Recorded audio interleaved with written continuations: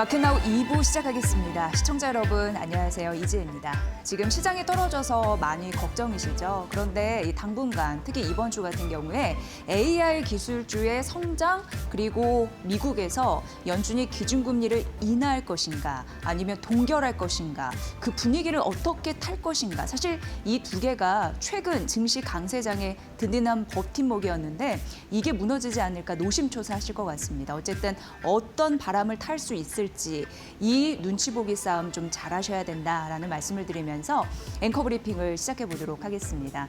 오늘 스토리텔링은요. 엔비디아에서 엔비디아로 초반 브리핑은 끝나지 않을까라는 생각이 드는데 이 엔비디아 굉장히 주목해야 할 그런 이슈입니다. 일단 엔비디아는 간밤에 빠졌습니다. 피터 틸이라는 인물이 있어요. 이 사람은 미국 실리콘밸리의 굉장한 좀 영향력이 있는 벤처 투자가입니다. 그리고 페이팔의 공동 창업자이기도 하죠. 그런데 이 인물이 헤지펀드를 운영하는데 틸 매크로인데요. 엔비디아의 지분은 전략 매각했다라는 우리가 한 번쯤 들었죠. 왜냐하면 앞서서 소프트웨어 같은 경우에도 엔비디아의 지분을 매각했으니까요. 어쨌든 이런 일련의 흐름이 나오니까 최근 AI 밸류에이션에 대한 거품이 있는 거 아니야 라는 우려감이 있었는데 또 때마침 이러한 뉴스가 나오면서 투심이 좀 흔들렸다. 이렇게 분석을 해볼 수 있을 것 같고요. 한 가지 좀 참고하라고 드리는 말씀이 이제 아마존입니다. 이게 3년 만에 회사채 발행을 한다. 이 추진 소식이 들려왔거든요. 당연히 AI 인프라 자금을 마련하기 위해서입니다. 그런데 120억 달러 모집을 했는데 보니까 800억 달러 수요가 모였어요. 그러니까 수요 자체적으로는 폭발적이었다라고 해도 틀리지는 않을 것 같습니다. 아마존 잘 아시다시피 이 클라우드 컴퓨팅 분야의 최대 공급자입니다. 그렇기 때문에 자금 모달하는 자금을 모집하는 그런 의욕도 사실 데이터 센터에 집중적으로 투자하기 때문이 아닐까 자연스럽게 이제 연결이 되는 부분이고요. 지속적으로 캐펙스 설비 투자는 이어질 것으로 보이는데 내년 캐펙스가 2023년 대비해서 3배 증가할 가능성이 있다고 하니까 그거는 뭐 의심의 여지는 일단 없는 것 같습니다. 그리고 아마존의 회사채 발행 또 우리가 예전을 생각해 보면은 9월, 10월, 11월 초에 다 있었죠. 오라클 180억 달러 8월에 있었고 그 다음 달 메타가 300억 달러 회사채를 발행했습니다. 그리고 11월 초 알파벳이 총 250억 달러의 회사채를 발행했습니다. 그러니까 줄줄이 빅테크 기업들이 자금 조달을 위해서 회사채 발행을 하고 있는 흐름들이 나타나는데 아마존까지 합세했다라는 건데요. 어쨌든 AI에 대한 대규모 자금이 필요합니다. 성장을 위해서는 투자를 해야 됩니다. 그런데 자금이 필요하다는 부분에서 지금 기업들이 회사채를 발행하고 있다는 부분인데요. 이게 시장 한편으로는 이렇게 많이 되면 시중금리를 좀 끌어올리는 역할을 할 수도 있으니까 이 부분도 주시해서 보시면 될 것 같고요. 다음 페이지 만나보면요. 모건 스탠리의 리포트가 있었습니다. 근데 이거 잘 보셔야 되는데요. 모건 스탠리의 리포트도 사실 간밤에 관련주를 급락시켰던 굉장히 결정적인 이유였거든요. 뭐냐면 메모리 가격이 급등을 했습니다. 이게 낸드가 6개월 내에 50% 올랐고 디램은 무려 300%나 뛰었습니다. 하이퍼 스케일러 기업들의 수요가 급증한 덕분이고요. 낸드 투자가 부족하기 때문에 가격이 오르는 흐름들이 나타났습니다. 반도체 슈퍼 사이클이라는 얘기가 심심치 않게 지속적으로 나왔는데 이게 결국 하드웨어 기업들의 마진을 압박할 것이다라는 분석을 모건 스탠리에서 냈거든요. 그래서 하드웨어 기업들 대표적으로 델이 있죠. 테크놀로지 이런 기업들이 8% 넘게 급락하는 흐름들이 있었고 모건 스탠리에서는 그래서 하드웨어 기업들의 목표 주가를 떨어뜨리고 투자 의견을 하향하는 그런 흐름들이 있어서 그게 또 시장에 만만치 않은 영향을 미쳤다. 이렇게 좀 말씀드리겠습니다. 결국 하드웨어 업체의 마진이 압박된다? 이런 거 잘 보셔야 되는데 매출 총 이익 부분에서 좀 타격을 받지 않을까라는 부분이에요. 근데 그 구조, 가격 구조를 뜯어보면요. 메모리는 하드웨어 원가가 최소 10에서 최대 70%를 차지하니까 이거 무시할 수 없는 수준입니다. 게다가 AI 하드웨어 말고는 수요가 좀 부진하다라는 그런 부분도 언급을 했습니다. 그런데 문제는 하드웨어 기업들이 마진 압박에 시달리면은 이후 이게 장기화될 때 가격 협상 부분에서나 아니면 고객 수요에서나 좀 흔들릴 가능성이 있거든요. 이를 우려를 하고 있는 상황입니다. 그러면 나중에 반도체가 예전과 같이 재고가 급증하지 않을까 이렇게 연결이 되는 포인트를 짚었더라고요. 그래서 이제 모건 스탠리가 얘기하는 것이 2016년도에서 2018년 사이클 후반기 패턴을 고려해 볼 때 지금은 중후반에 진입한 사이클의 어느 지점이 아닐까 이렇게 얘기를 했습니다. 하지만 또 시장 일각에서는 AI 캐펙스 설비 투자를 말씀드리는 건데요. 여전히 견조하고 메모리 기업들 공격적으로 시설 투자를 확대하는 와중에 최근의 흐름들이 크게 흔들리지는 않을 것이다라고 그러니까 결국 의견이 좀 팽팽하게 갈린다라는 걸 말씀드리는 거고요. 최근 시장 보면은 반도체 관련주 주춤에도 장비주는 또 견고하게 가는 거 보면 이러한 또 심리를 고스란히 반영하는 게 아닌가 그런 생각이 일단 들었습니다. 다음 페이지 넘어가 보면요.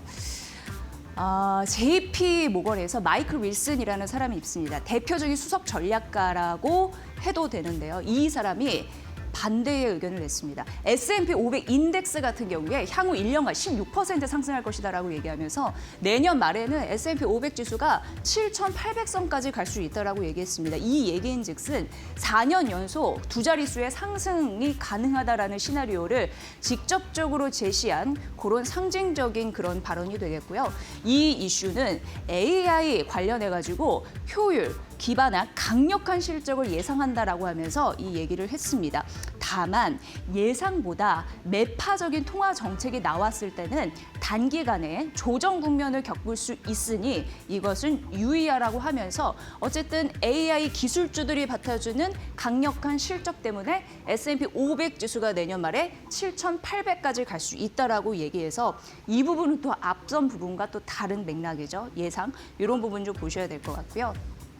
결국 이제 시장이 원하는 거는 AI 모멘텀을 재확인하는 거, 그리고 12월에 금리를 좀 인하해 주는 거, 이걸 기대하고 있는데 제가 엔비디아로 스토리텔링을 하겠다고 말씀드렸는데 첫 번째 엔비디아 주가로 시작을 했는데요. 마지막으로 엔비디아 실적을 보면 이번 주 목요일 새벽에 미국장 마감 이후에 실적이 발표가 되는데 여기에서 젠슨 황 CEO의 발언도 굉장히 중요합니다.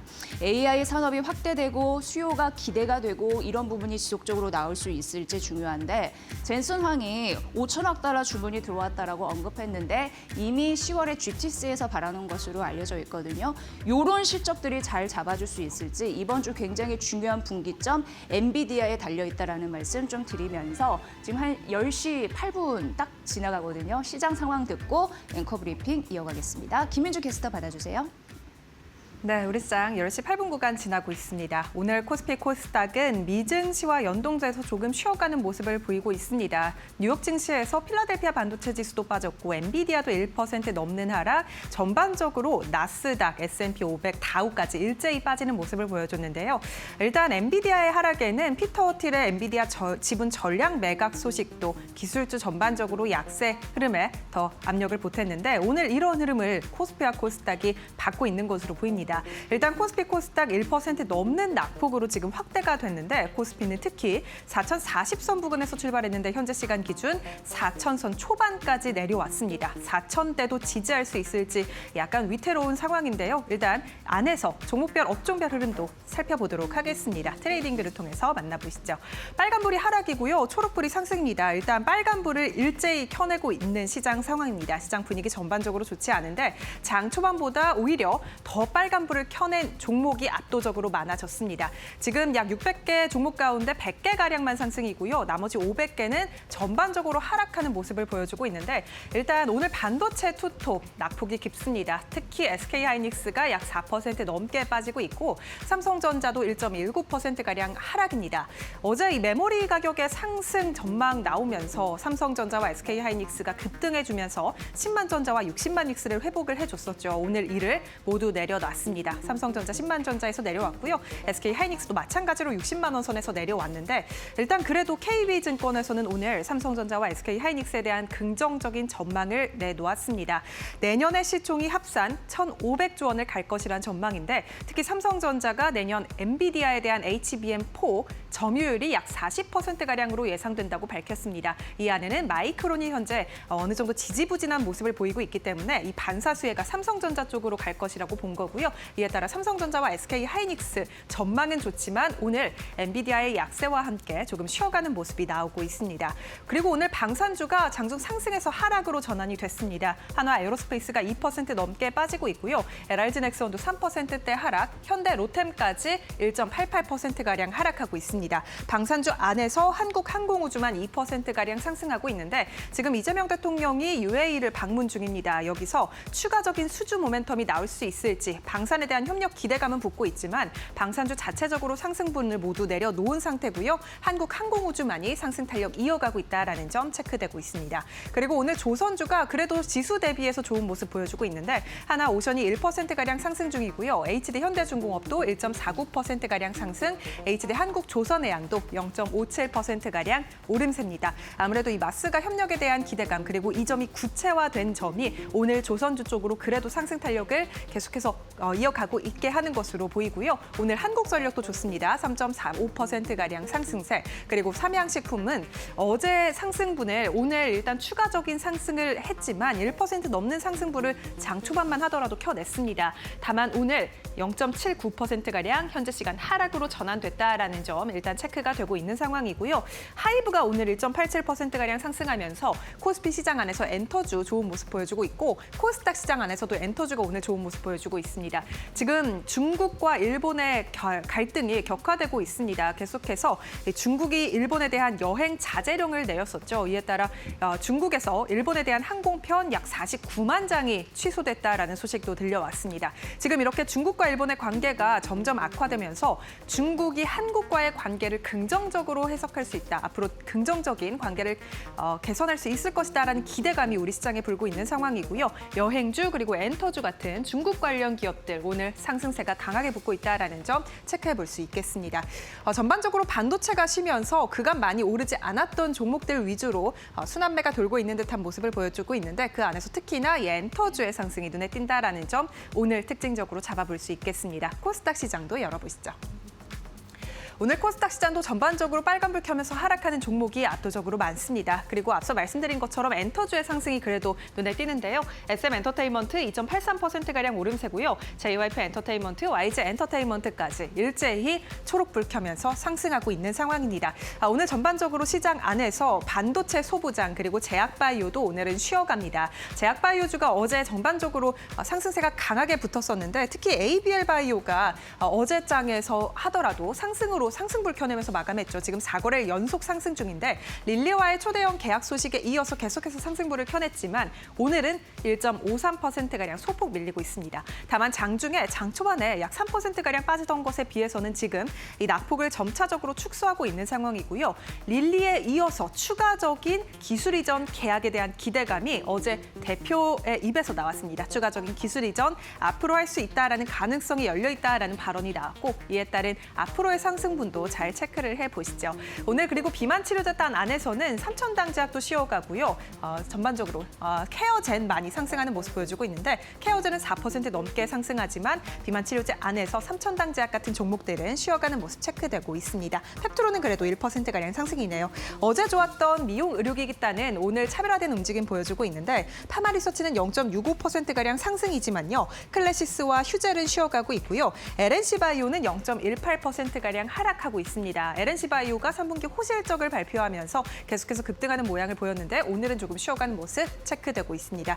일단 시장 안에서 튀어오르는 종목들 조금 더 살펴보자면 오늘 미래 나노텍 같은 리튬 관련주들도 굉장히 좋습니다. 지금 중국의 리튬 1위 회사가 내년에 리튬 가격이 2배 이상 급등할 것이다 라는 전망을 내놓게 되면서 오늘 국내에서 리튬 관련주들이 강세 탄력 붙고 있다는 점까지 짚어드리도록 하겠습니다. 지수는 어떻게 움직이고 있을까요? 지수 상황도 바로 열어보시죠. 일단 오늘 코스피 코스닥 일제히 1% 넘는 낙폭을 가져가고 있습니다. 그래도 코스피가 오늘 4,007선까지 저점을 내렸는데 현재 시간 기준으로는 그래도 4,028선 부근까지 다시금 올려낸 상황이고요. 1.48%가량 하락하고 있습니다. 코스닥은 1.52%가량 하락세 889포인트 지나가고 있습니다. 오늘 코스피 코스닥 일제히 1% 넘는 낙폭을 기록하고 있는 상황이고요. 낙폭이 조금 깊은 모습 보여주고 있네요.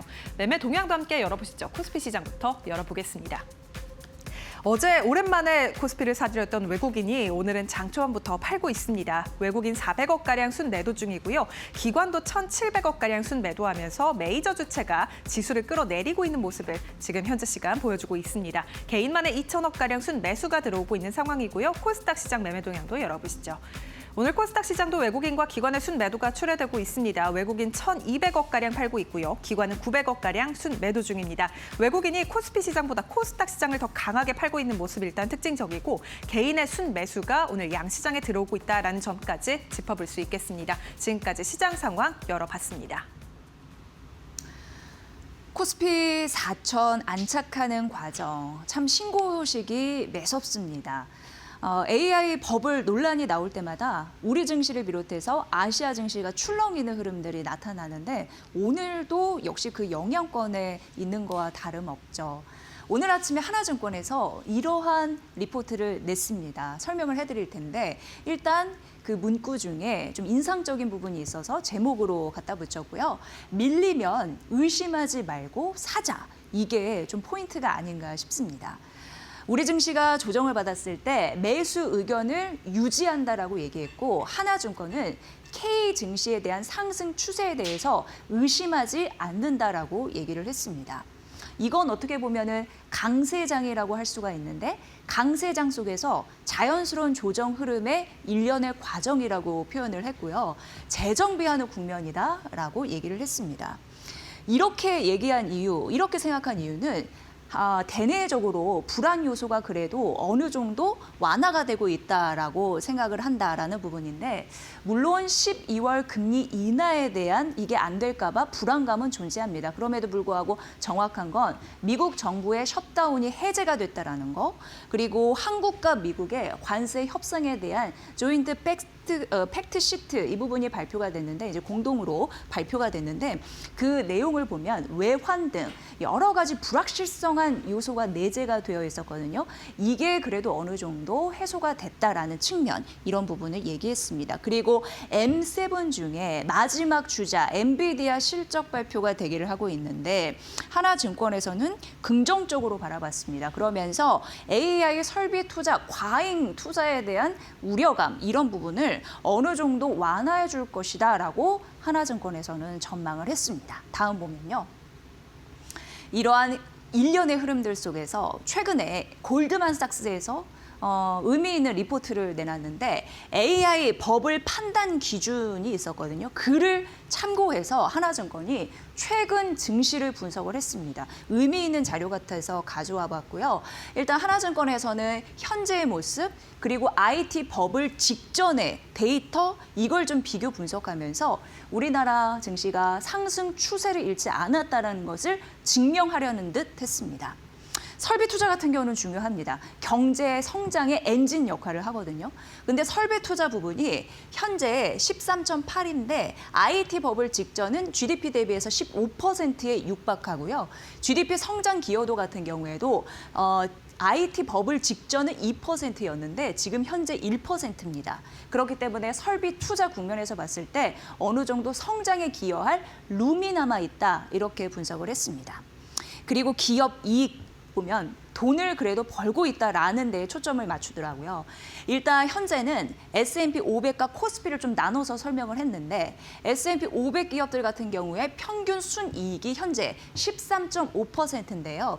당시 IT 버블 직전은 12.7%로 아직 우리가 지금 현재가 더 높습니다. 그리고 코스피 같은 경우에도 이익 증가에 대한 기대률이라는 게 있는데 그게 현재 13.5%로 과거 11%보다 높은 흐름들이 나타나고 있어서 기업들이 그래도 돈을 벌고 있다 이렇게 얘기를 하고요. 또 기업들 현금 흐름에서 굉장히 중요한 건 부채 관리인데 빚 관리도 예전보다는 양호하다라고 얘기를 한 게 지금은 2%인데 당시는 10%대였다고 합니다. 그래서 지금 부채 관리가 더 되고 있다라는 부분이고 GDP 대비해서 기업 부채가 얼마나 증가하는지 이런 부분을 따져봤더니 미국은 지속적으로 떨어지고 있는데 G20 국가 평균 증가세를 보이고 있어서 어쨌든 미국 지속 하락 이런 부분에 좀 포인트를 봐야 된다라는 얘기를 했습니다. 통화 정책 이슈도 분석을 했습니다. 지금은 어쨌든 12월 FOMC에 대해서 기준금리 동결에 대한 포인트가 조금 더 많고 기준금리 인하가 안 될 가능성이 늘어나고 있습니다만 지금 아직까지 한 달이라는 시간이 남아있고 만에 하나 기준금리 동결이 되더라도 내년 같은 경우에는 인하 사이클 분명하다라는 데에 초점을 맞춘다면 예전으로 갔을 때는 금리 인하 인상 왔다 갔다 하는 국면 속에서 금리가 여전히 높았다고 하거든요. 고금리 국면이었다고 하거든요. 그러니까 이것도 그때와 다르다 이렇게 설명을 했습니다. 마지막으로 신용 스프레드 부분인데요. 회사채와 국채 금리의 차이라고 보시면 되는데 이게 많이 벌어지면 좋지 않습니다. 회사에 대한 기업에 대한 신용 리스크가 높아진다는 것과 다름없거든요. 그런데 신용 스프레드 같은 경우에 현재 3.2%로 낮은데 과거 위기였을 때는 12%로 굉장히 높았습니다. 그래서 이런 부분도 직전과 다르다. 버블 직전과 다르다 이런 얘기를 했습니다. 그래서 버블 정점이 1999년도 이렇게 따진다면 그때의 모습은 아니다. 왜냐하면 지금 AI 거품론이 불고 있잖아요. 그래서 그걸 따져보면 지금 1997년 중반 국면에 더 가까우니 그런 AI 거품은 아니다라고 결론을 지었습니다. 그래서 K 시장, 우리 시장 같은 경우에는 아직 상승 추세의 초입 국면이다. 4,000P에 대한 신고식을 치르고 있는 것뿐이다. 이렇게 얘기를 했습니다. 다음 페이지 만나볼게요. 제약바이오 관련해서 최근 또 뜨겁잖아요. 근데 오늘 아침에 하나증권과 한국투자증권에서 탑픽을 제시를 했는데요. 일단 하나증권 같은 경우에는 11월 제약바이오 탑픽을 제시를 했고 한국투자증권은 내년 전략에 대한 얼개를 소개를 했습니다. 근데 보면은 하나증권에서는 제약사에서는 SK바이오팜이라고 얘기를 했는데요. 이 뇌전증 치료제 엑스코폴이 이게 성장세가 확인이 돼서 내년 실적에 대한 우려가 제한되고 있다라고 얘기를 했고 미국 향 관세 15%가 확정돼서 이건 부담이긴 하지만 그래도 불확실성은 제거됐다라고 봤습니다. 그리고 화폐 가치가 떨어질 때 자산 가치가 오르는 이런 부분은 긍정적으로 봤고요. 바이오텍은 세 가지 골랐더라고요. 근데 대표적으로 알테오젠, 키투르다 SC FDA 승인 이슈 잘 아시죠? 항암제 정맥 주사 아니라 피하 주사로 바꾸는 그 제형이 승인이 되면서 추가 라이센스 아웃 유인이 강화되고 있습니다. 내 기술이 좋으면 남이 파르는 그걸 라이센스 아웃이라고 합니다. 그리고 리가켄 바이오 같은 경우에는 파트너사가 있는데 임상 발표를 지속하고 있거든요. 그래서 플랫폼 가치가 부각되고 있습니다. 아직까지는 라이센스 아웃이 나오지 않았습니다만 그래도 알테오젠과 리가켄 바이오 같은 경우에는 올해 긍정적인 라이센스 아웃이 나오지 않을까 이렇게 좀 기대를 하더라고요. 그다음이 이제 인투셀입니다.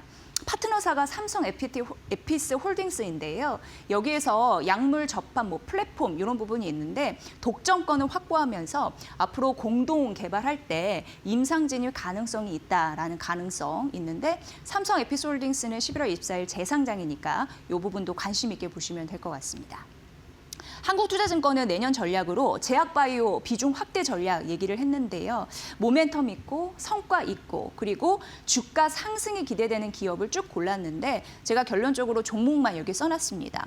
그런데 눈에 띄는 거는 하나증권과 한국투자증권이 리가켄 바이오가 겹치더라고요. 그래서 그거는 색깔을 좀 칠해냈으니까 잘 살펴보시면 될 것 같습니다. 2차 전지. 무디스가요. LG 에너지솔루션과 LG 화학의 신용 등급을 한 단계 낮췄습니다. 이렇게 되면 자금 조달에 약간 좀 브레이크가 걸리는 것이 아닌가 이렇게 우려하실 수도 있는데 어쨌든 오늘 아침에 리포트 보니까 현대자증권에서는 그래도 2차 전지 탑픽은 LG 에너지솔루션이다라고 얘기를 했더라고요. 그거를 네 가지 측면에서 설명을 했습니다. 가장 중요한 건 2차 전지는 ESS 모멘텀을 만나서 지금 날개를 펼치고 밀어붙이고 있는 상황인데 초대형 AI 데이터 센터의 전력이 아주 폭발적으로 늘어나면서 이런 부분으로는 수혜가 있고요. 엔비디아, 테슬라 같은 경우에도 전력 대응에 뭐니 해도 ESS는 필수적이다라고 생각을 하고 있는 상황입니다. 그리고 초대형 AI 데이터 센터 같은 경우에는 소형 전지가 많이 들어갈 수 있는데 거기에 수요가 폭증을 하면서 파나소닉 같은 경우에도 관련 매출을 2배 상향하는 흐름들이 나타났거든요. 일련의 흐름들이 이렇고 리튬 가격이 오르는 흐름들이 있는데 수요와 가격이 동반으로 오르면서 관련주 수익성 확대 구간에 진입했다라는 그런 분석이 나와 있는데요. 다음 페이지 보면 사실 ESS를 만난 2차 전지 같은 경우에 리튬 가격 강세로 좀 호재거리는 있습니다. 리튬 같은 경우에는 전기차와 ESS 배터리에 들어가는 핵심 소재라고 보시면 되는데 중국의 최대 리튬 기업이라고 할 수 있는 펑 리튬이라는 곳이 있는데 거기 회장이 내년 수요가 30%늘 것이다라고 얘기를 했거든요. 근데 수요가 40% 증가할 때 톤당 약 4,100만 원까지 갈 수 있다고 합니다.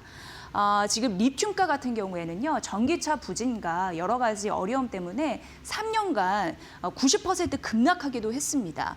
사실 2022년 12월 같은 경우에는 그래도 통당 1억 원을 호가했었는데 그게 90% 고꾸라지면서 굉장히 어려운 시기를 지났습니다만 ESS 만나고 9월부터 반등하면서 이러한 흐름들이 앞으로 추세적으로 이어질 수 있을지 보셔야 될 것 같습니다.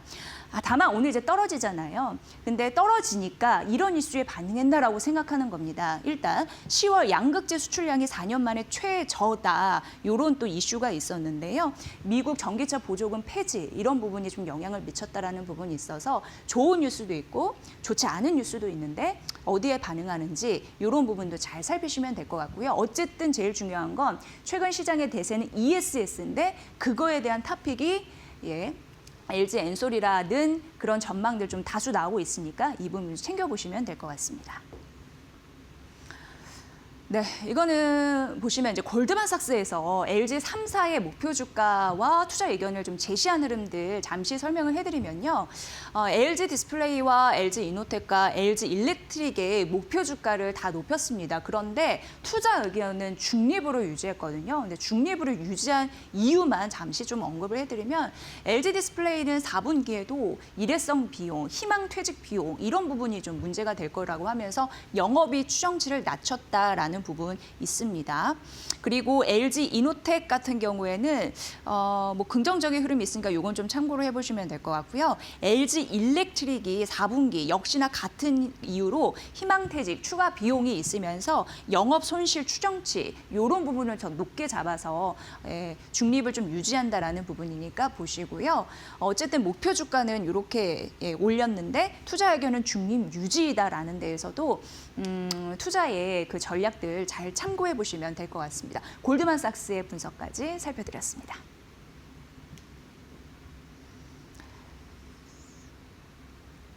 네, 자 오늘 이데일리온 이단희 파트너님 연결해서 오늘 시장의 전체적인 매일 한번 짚어드리도록 하겠습니다.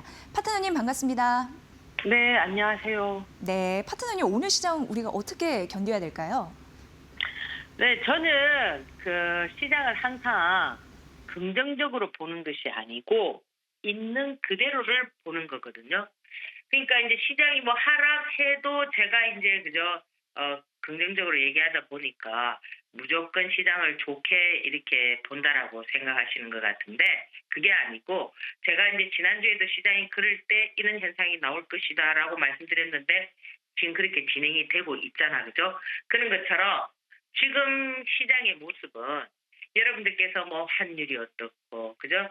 또 외인이 팔았고, 이런 게 중요한 게 아니고, 시장의 어떤 방향이, 일정 방향이 딱 정해져 있단 말이에요. 그러니까 그 정해져 있는 방향을 바로 이렇게 꺾어서 변화시키는 거는 그렇게 쉽지가 않아요. 그렇기 때문에 이미 2,000포인트, 3,000포인트를 갈 때 이 주식시장에 자금이 투입돼 있기 때문에 그런 자금들이 한 번에 빠져나가지를 못합니다. 그래서 지금 오늘 제가 보면은 물론 또 오늘 외인들이 어제보다는 어제는 좀 매수가 들어오는 그런 어떤 흐름들이었지만 지금 오늘은 매도가 나오고 있어도 그렇게 큰 매도가 아니고요.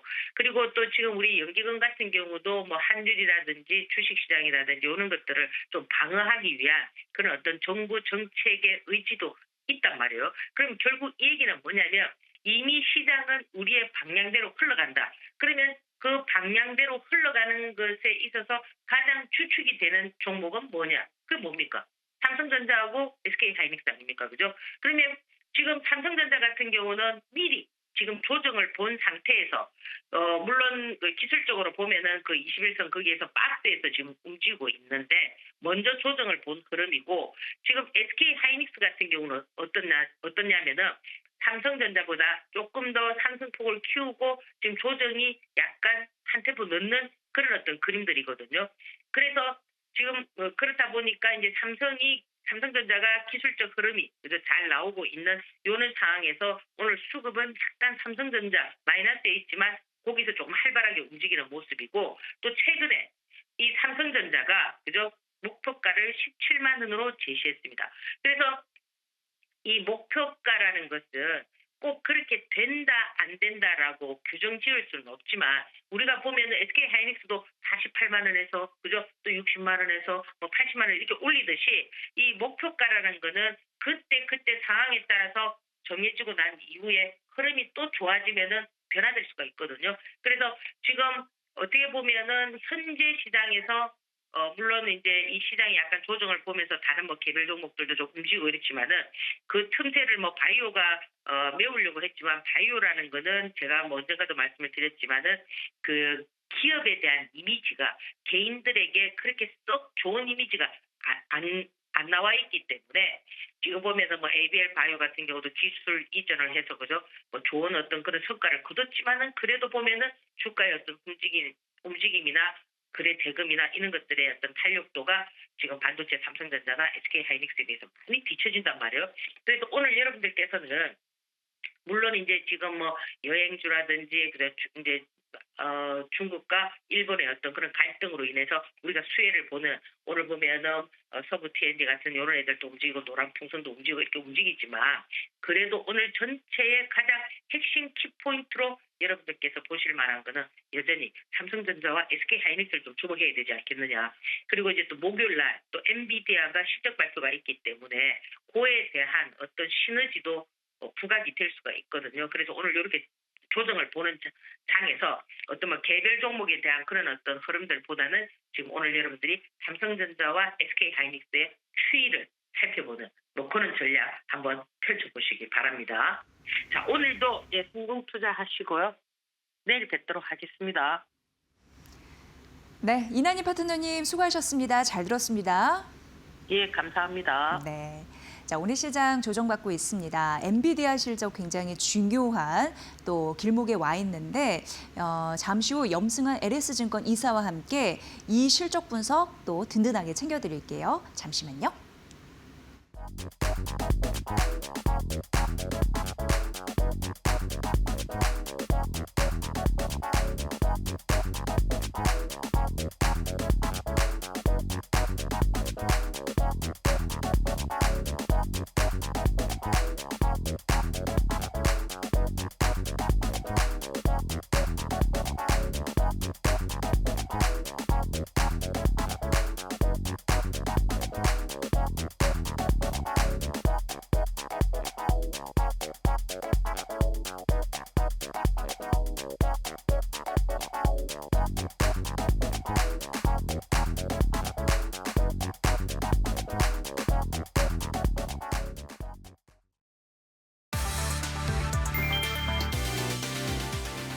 이재명 대통령이 주요 20개국 정상회의 참석에 앞서 아랍에미리트를 국빈 방문해 무함마드 빈 자이드 알 나으얀 대통령과 정상회담을 가진다. 18일 두 정상은 특별 전략적 동반자 관계에 걸맞은 협력 확대 방안을 논의하며 투자 국방, 원전, 에너지 등 4대 핵심 분야뿐 아니라 첨단 기술, 보건의료, 문화예술 협력 강화에도 뜻을 모을 전망이다. 특히 이 대통령이 방위산업 수출 다변화를 강조해온 만큼 이번 회담에서 방산 MOU 체결 등 실질적 성과가 기대된다. 앞서 이 대통령은 동포 간담회에서 UAE는 중동 진출의 베이스 캠프라며 양국이 손잡고 제3세계로 함께 진출하는 경제 공동체로 발전해야 한다고 말했다.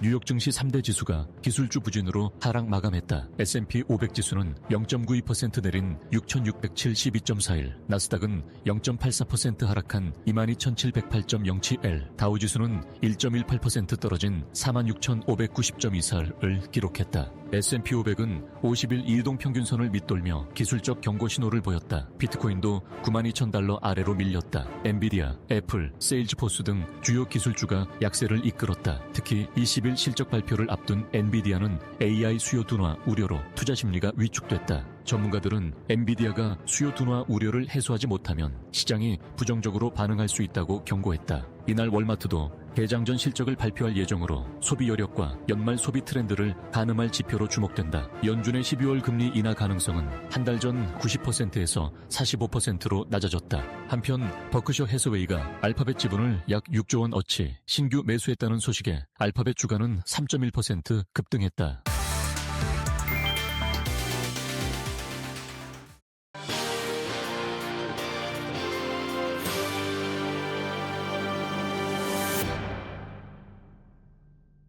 엔비디아 실적 발표가 증시를 긍정적으로 좀 끌어줄까요? 궁금한데 염승한 LS증권 이사 나와 있습니다. 인사드릴게요. 어서 오세요. 네, 안녕하세요. 네. 잘 될까요? 지금 주목하는 게 엔비디아거든요. 네네. 예. 엔비디아 뭐 실적은 잘 나올 것 같아요. 뭐 지금 작년보다 훨씬 뭐 당연히 잘 나올 가능성이 높은 상황이고 지금 예상으로는 그 매출액이 한 549억 달러 정도, 그래서 우리나라 돈으로 79조 원 정도 예상하는데 이제 전년 동기 대비해서 한 56% 정도 증가할 걸로 보고 있고, 그다음에 지난번에 발표했던 게 아마 467억 달러 정도 되니까 네. 그거보다도 훨씬 잘 나오는데, 근데 문제는 이제 눈높이가 계속 올라가니까 이게 뭐 실적 잘 나오는 거는 기본이죠. 이걸 뭐 밑으로 하향해서 나올 것 같지는 않은데, 문제는 이제 잘 나와도 주가 반응이 어떠느냐, 이게 이제 항상 좀 관건인 것 같아요. 맞아요. 그래서 실적과 주가는 또 다르게 이 당시에 움직이는 경우들도 있기 때문에 이미 지금 엔비디아 젠슨항 CEO가 지난번에 TSMC 가서도 굉장히 좋은 얘기를 좀 하고 왔고, 좀 약간 재료를 먼저 노출시켜 버렸거든요. 맞아요. 그게 좀 있었고, 저번에 이제 이 엔비디아 또 포럼이 있었죠. 그때 당시에도 굉장히 이제 긍정적인, 뭐 앞으로 5천억 달러 매출 나올 수 있다, 뭐 이렇게 네네. 아주 실적에 대한 자신감이 있죠. 그러니까 향후에 굉장히 좋은 그림들을 몇 가지를 이제 언급을 해줬거든요. 예. 그래서 이번 이제 검증하는 단계이긴 한데, 어느 정도 이제 주가에는 그런 것들이 알려져 있기 때문에 시장이 깜짝 놀랄 만한 뭐가 나오지 않는다면 그냥 주가는 제가 봤을 때는 그냥 주가가 크게 변동만 없어도 괜찮을 것 같아요. 그래요. 지금 워낙 예, 눈높이가 예, 높아서. 예. 근데 이제 걱정되는 건 혹시 발표하고, 이 빅테크들 아시겠지만 실적 발표하면 막 이게 주가가 요동을 치잖아요. 네. 그래서 아래쪽으로 요동치면 이게 또 우리나라 증시에 다음날 바로 영향 주거든요. 그래서 주가 그 분위기가 좀 상당히 중요한데, 지금 오늘 우리나라 증시도 그렇고 미국의 최근 기술주의 움직임을 보면 이게 좀 약간 분위기 자체는 우호적이진 않은 것 같아요, 확실히. 그래서 그거를 이겨내고 주가가 또 다시 반등을 해줄지 한번 지켜봐야 되겠습니다. 네, 일단 엔비디아 실적은 뭐 긍정적으로 나올 것으로 보이는데 시장이 너무 예민하니까 그걸 건들 만한, 네. 털끝을 건들 만한 그런 악재는 안 나오길 하는 바람 요거 있고요. 최근 이제 중국 기업들도 실적 발표가 좀 상당하잖아요. 그런데 이제 최근 이제 AI 그 전력 인프라에 대한 이야기가 많은데 중국은 또 통 크게 값싼 전기를 네. 막 주면서 빅테크들 좀 고무시키고 있는 상황인데 이게 또 미국과 좀 대비가 되고 있는 현상이긴 해요. 그러니까 근데 어떻게 봐야 될까요? 이제 예. 두 나라가 서로 다 약점과 장점이 다 있어요. 그러니까 미국은 그 약점이 그거죠. 방금 말씀한 중국과 정반대, 전기가 부족해요. 예. 그 비싸요. 요새 LNG 가격도 너무 올라서 이게 전기료가 올라갈 수밖에 없는 지금 상황이고, 지금 원전도 지어야 되고 온갖 지금 전력을 다 지금 동원해서 미국은 데이터 센터 가동을 해야 되니까, 그게 지금 최근에 코어웨이브 같은 경우도 실적 발표할 때 실적은 괜찮았는데 이 파트너, 데이터 센터 건설한 파트너사가 일정이 지연됐대요. 네. 근데 그걸 추론해 보니까 좀 이게 지금 데이터 센터 공급이나 이런 이제 전력망이 좀 구축되는데 시간 걸리는 거 아니냐. 그러니까 미국의 최대 고민은 그거죠. 돈도 많고 AI 뭐 데이터 센터 지으면 됩니다. 근데 전기가 없다는 거. 예. 요게 좀 이제 약간 아킬레스건인데, 중국은 정반대죠. 전기가 너무 많이 생산되고 예, 예, 예. 가격도 너무 싸니까. 그러니까 한마디로 중국이 이제 그런 면에서 인프라는 너무 좋은데 문제는 두뇌가 없어요. 반도체가.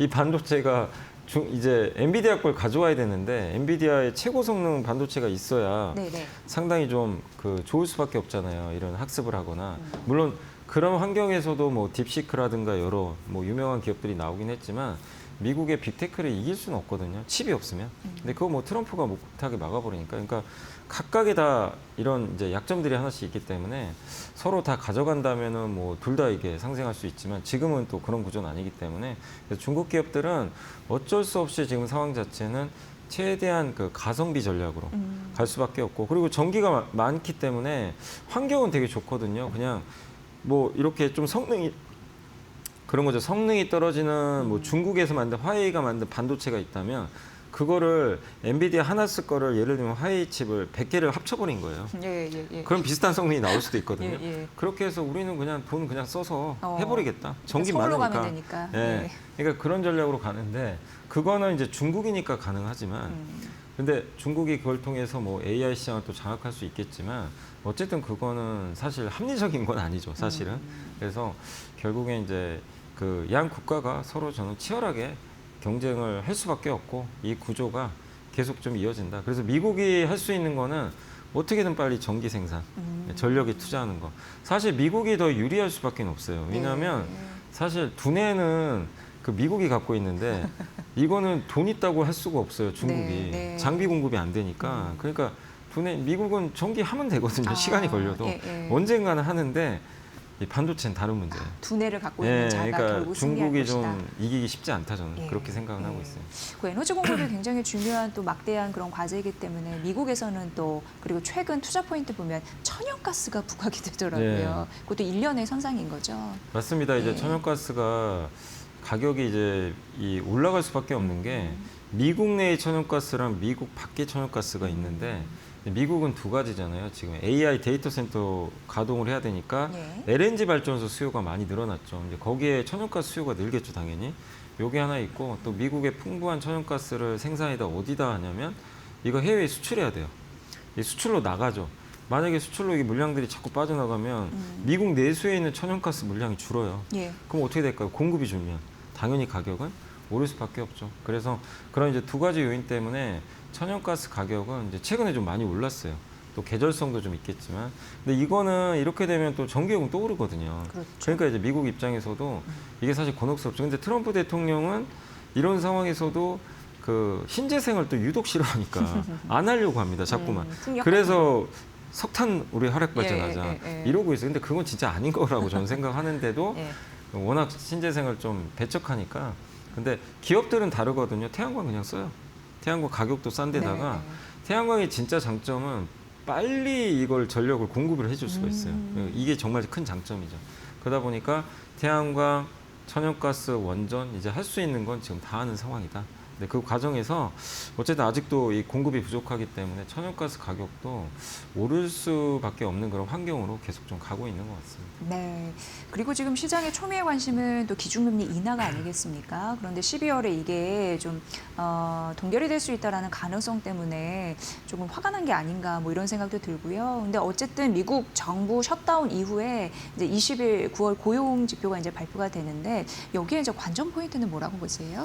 일단 이제 네. 고용보고서 나오겠지만 이게 9월 데이터라서 벌써 이제 이전 데이터잖아요. 그러다 보니까 이게 그 데이터가 만약에 뭐 안 좋게 나오면 금리 인하 기대감 또 올라가겠지만 10월 데이터는 확인이 안 된대요. 그 설문조사를 할 수가 없어가지고 그때 당시 셧다운 때문에. 그건 깜깜이로 예, 둬야 그럼 되는군요. 그게 근데 10월 데이터가 반쪽짜리로 나온다고 해도 그거 믿어줄까 과연. 예. 연준이 그걸 신뢰 갖고 해야 되는데 고용보고서 제대로 못 보죠. 그다음에 소비자 물가도요 데이터를 취합을 못했나 봐요. 그 셧다운 때문에 공무원들이 이제 나가서 그 다 데이터 설문조사 해오거든요. 그걸 기업들은 데이터가 있는데 다 가계 조사를 해요. 근데 집에 방문을 못했잖아요. 그럼 이 데이터는 영원히 없는 거예요. 그렇네요. 그러면 어떻게 될까요? 이 발표가 안 되고 그게 안 되면 그 PC 물가지수를 보고하잖아요. 연준이 PC 물가지수에 소비자 물가랑 생산자 물가가 항목들이 들어가요. 그러면 이것도 못 보는 거예요. 그러네요. 그러면 완전 깜깜해지는 거죠. 그러면 무슨 일이 발생하죠? 데이터가 완전히 확인될 때까지는 이게 금리 인하는 결정을 하기가 되게 어려워지는 거예요. 그래서 오늘 금리 인하 확률이 한 달 전에 90%였는데 오늘 보니까 44%까지 떨어졌어요. 그 얘기는 이제 이게 그 경제 지표나 이런데 뭐 고용이나 뭐 이런 거를 우리가 이렇게 뭐 나쁘다 좋다 이런 부분보다 연준이 좀 깜깜해졌다 그냥 눈앞을 못 본다 이런 상황이니까 이럴 때는 그냥 멈출 수밖에 없잖아요.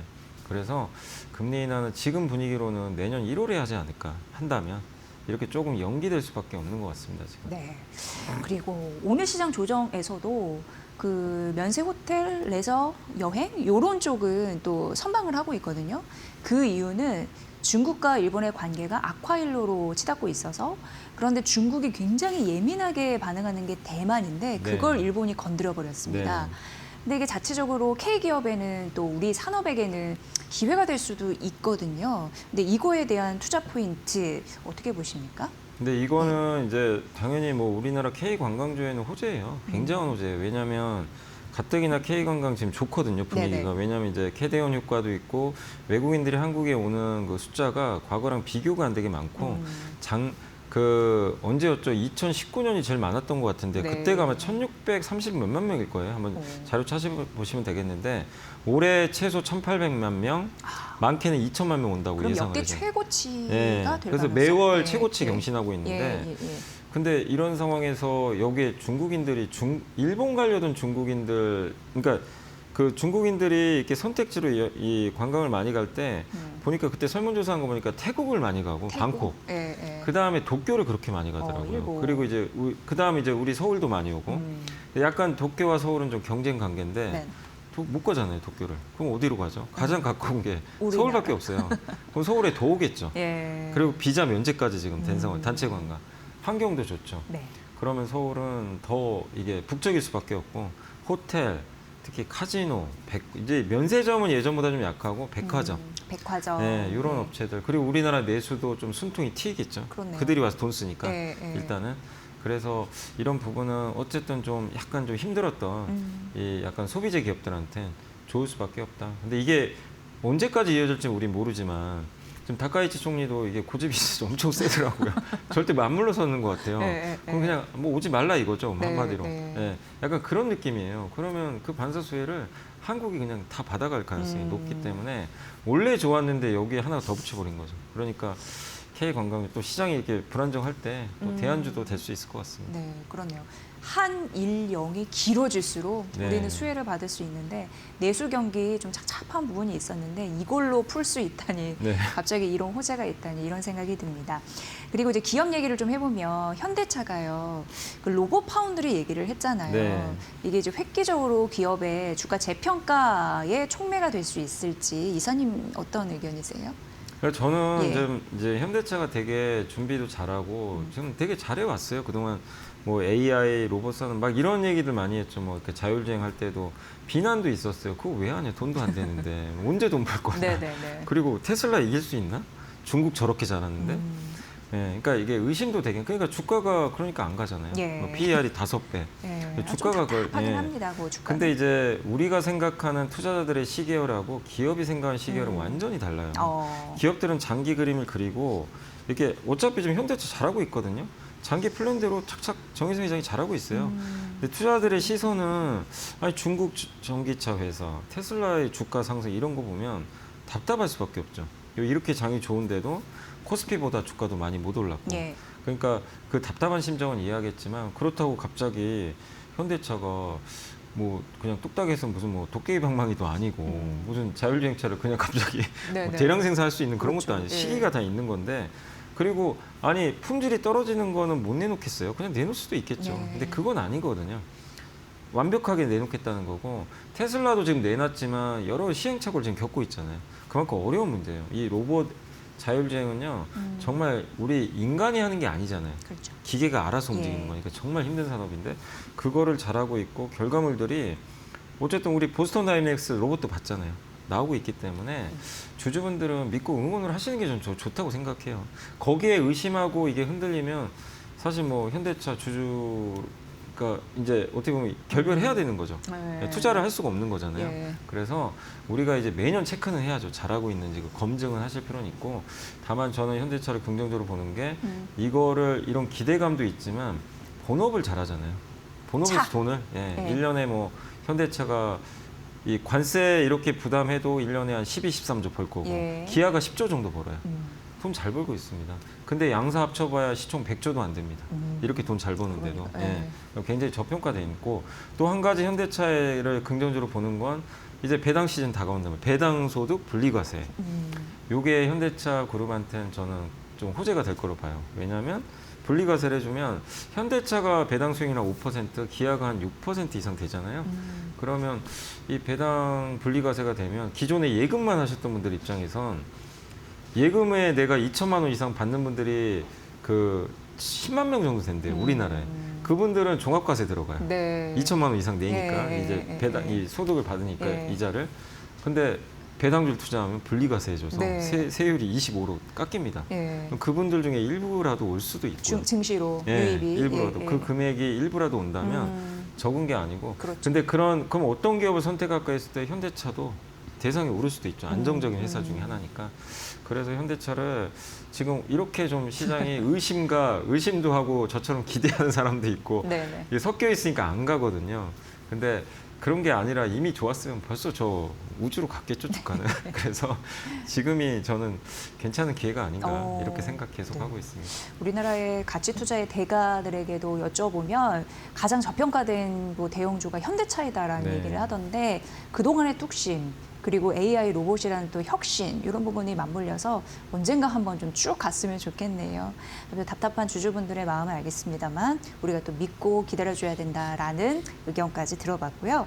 지금 제약바이오 관심 뜨겁습니다. 올해 1조 원 넘는 기술 수출 성과를 내는 그런 부분도 있었는데 뭐 비만 치료제 눈에 띄고 테마도 어떤 걸 좀 바라보면서 이 연말을 잘 견디면 좋겠습니까? 그러니까 이제 우리나라 기업들이 이제 바이오가 지금 시장이 좀 안 좋잖아요, 최근에. 좀 안 좋은데 이게 안 좋으면 바이오가 움직이거든요. 그래서 우리나라 시총 2등 섹터인데 저는 바이오가 어쨌든 이제 반도체나 이런 기술주들이 한 12월 10일 FMC까지는 좀 쉬어갈 것 같아요. 예. 약간 피로감이 있어서 그러면 그 잠깐 이제 쉬는 기간 동안은 바이오가 시장을 좀 주도하지 않겠냐 이렇게 좀 개인적으로 생각하고 있습니다. 그리고 단지 뭐 바이오가 못 올라서 이렇게 순환매가 아니라 ABL 바이오가 올해만 거의 합쳐서 8조 원 정도의 기술 수출했고 네. 이 바이오 회사들이 이제 해외 그 빅파마라 그러죠. 여기에 기술 수출한 올해 금액이 17조가 넘는데요. 아, 굉장한 성과예요. 거기에 한미약품이 비만 치료제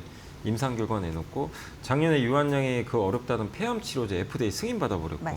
그러니까 폐암 치료제, 비만 치료제 이런 것들은 시장이 너무나 큰 시장인데 여기서 우리나라 기업들이 임상에 성공하고 FDA 승인도 받고 막 이런 일들이 과거엔 좀 상상하기 어려운 일들이 진짜 펼쳐지고 있고. 그럼요. 각 기업마다 예. 1조가 지금 진짜 다 넘어갔으니까. 맞습니다. 거기다가 우리나라 바이오 기업들은 플랫폼 팔아가지고 돈을 막대하게 지금 네네. 이제 벌 가능성이 높아졌고. 그러니까 이런 것들이 잘 교집합이 잘 되고 있어서 제약바이오 정말 주도주다. 당분간 그 어떻게 보면 이제 호랑이죠. 호랑이인 그 반도체가 잠깐 쉴 때 여우라고 보긴 여우보단 덩치가 커요. 여우보단 바이오가 큽니다. 왜냐하면 그 바이오는 시총이 2등이에요. 네, 우리나라에서 네, 전체 네, 섹터 네, 중에 네. 곰이라고 해야 되나? 네. 어쨌든 그 정도 덩치에 예. 이 바이오가 당분간은 좀 대장 노릇하지 않겠냐. 저는 그렇게 좀 생각하고 네. 있습니다. 증시가 조정받을 때 지금 제약바이오가 빼꼼히 고개를 들고 있는 상황인데 여기에서 좀 희망을 찾는 분들 도움이 되셨으리라는 생각 듭니다. 전반적으로 시장 조정됐을 때 또 위기를 기회로 바꿀 수 있는 전략에 대해서 살펴드렸고요. 잘 참고해 보세요. 염승환 LS증권 이사와 함께했습니다. 오늘도 의미 있는 분석 감사합니다. 네, 감사합니다.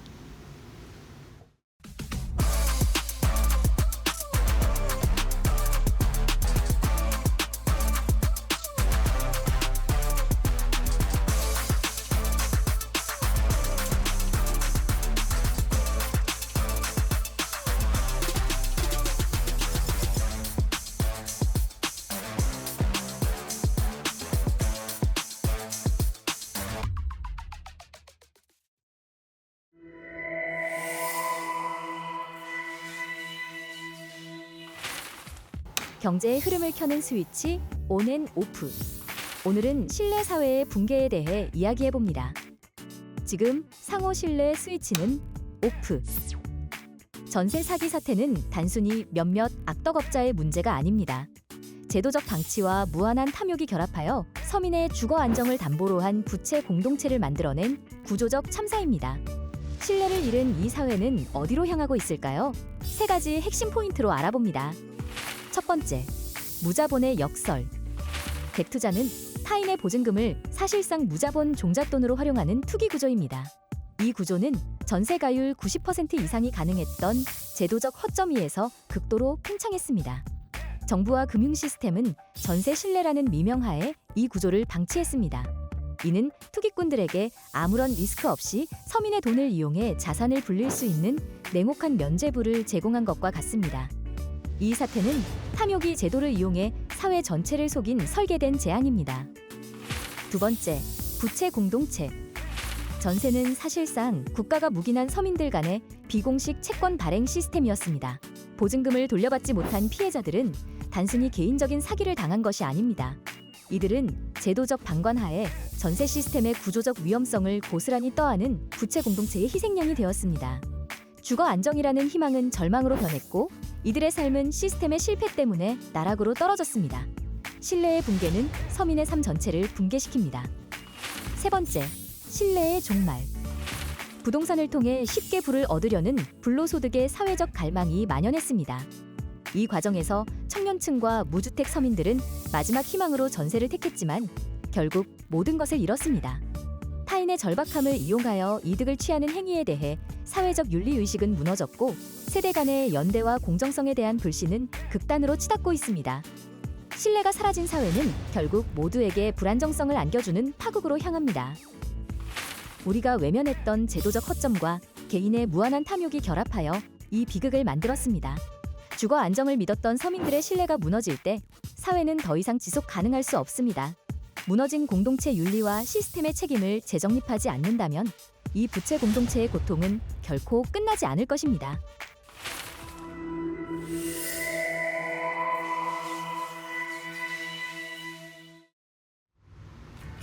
트렌드를 보면 돈이 보인다. 안녕하세요. 마켓나우 트렌드 속으로 김수현입니다. 여러분, 요즘 식품 유통업계의 가장 핫한 트렌드는 뉴트로인 거 알고 계셨나요? 이 중장년층에게는 감성, MZ세대에게는 새로운 체험이 되면서 모든 세대를 아우르는 초강력 트렌드가 되고 있습니다. 그 중심에는 우선 삼양식품이 있습니다. 최근 삼양식품은 무려 60년 전의 레시피를 꺼내 들었는데요. 1989년 우지파동 기억하시나요? 삼양식품에게는 아픈 과거이기도 한데요. 최근 삼양1963이라는 이름으로 정통복원 프로젝트를 시작했습니다. 라면면은 우지를 파뮤 골드블렌드 오일로 다시 튀기고 또 스프는 분말 대신 사골 액상스프로 바꾸면서 예정 삼양라면의 햇맛이 아니라 은은한 소고기 향의 이 사골 국물 맛이라는 완전히 다른 라인업을 만들어낸 건데요. 먹어본 사람들의 반응도 살펴보면 국물 농도 미쳤다, 삼양이 진짜 각 잡고 만들었다 이런 반응들이 계속 올라오고 있습니다. 농심도 가만히 있을 수 없었겠죠. 1975년 출시됐던 농심라면을 다시 꺼내 들었습니다. 반응도 뜨거웠는데요. 우선 출시 3개월 만에 1000만 봉 판매를 돌파했고 또 SNS를 찾아보니까 부모님이 이거 진짜 좋아했었대. 아니 이게 다시 나왔다고? 하면서 성공적으로 재데뷔를 했습니다. 아이스크림 시장에서도 롯데웰푸드가 추억의 대롱대롱과 엄마의 실수를 복원했고요. 카페 업계에서는 메가커피가 아예 옛날 간식 메뉴를 공식 런칭했습니다. 계란물을 묻혀 노릇하게 구운 옛날식 프렌치 토스트, 달달한 라면땅부터 매운 라면땅까지 말하고 있는데도 군침이 도는데요. 여기서 끝이 아닙니다. 쓱닷컴도 추억의 캐릭터 영심이 경태를 모델로 신선식품 캠페인을 전개하며 트렌드에 올라타고 있습니다. 이처럼 뉴트로가 잘 되는 이유는 명확합니다. 중장년층에게는 추억 회수, MZ세대에게는 새로운 경험, 정확히 두 세대를 동시에 움직이는 마케팅이기 때문인데요. 그렇다면 이러한 뉴트로 열풍 속에 뉴트로 관련주 2개 꼽아보겠습니다. 먼저 삼양식품입니다. 최근 호실적을 기록하자 주가는 상승세 보였는데요. 증권가에서도 목표가를 200만 원으로 상향 조정하는 등 앞으로의 전망도 장밋빛이라고 합니다. 국내에서는 삼양의 1963이라는 추억의 라면이 미국에서는 불닭이 실적을 견인하고 있는 셈이죠. 네, 이어서 보면 농심입니다. 최근 시장 예상치를 20%나 웃도는 깜짝 실적을 내자 주가는 상승세를 보였는데요. 이 캐대언의 효과로 주가는 웃음을 짓고 있다고 합니다. 4분기에는 K-팝 데몬 헌터스 콜라보 제품을 2개에서 8개로 확대하며 해외 공략을 강화할 예정이라고 하는데요. 앞으로도 기대가 되는 농심입니다. 결국 뉴트로는 단순히 옛날 맛의 귀환이 아니라 기업 실적과 주가까지 움직이는 리얼 트렌드가 됐습니다. 그럼 저는 내일 또 맛있는 트렌드로 돌아오겠습니다. 안녕!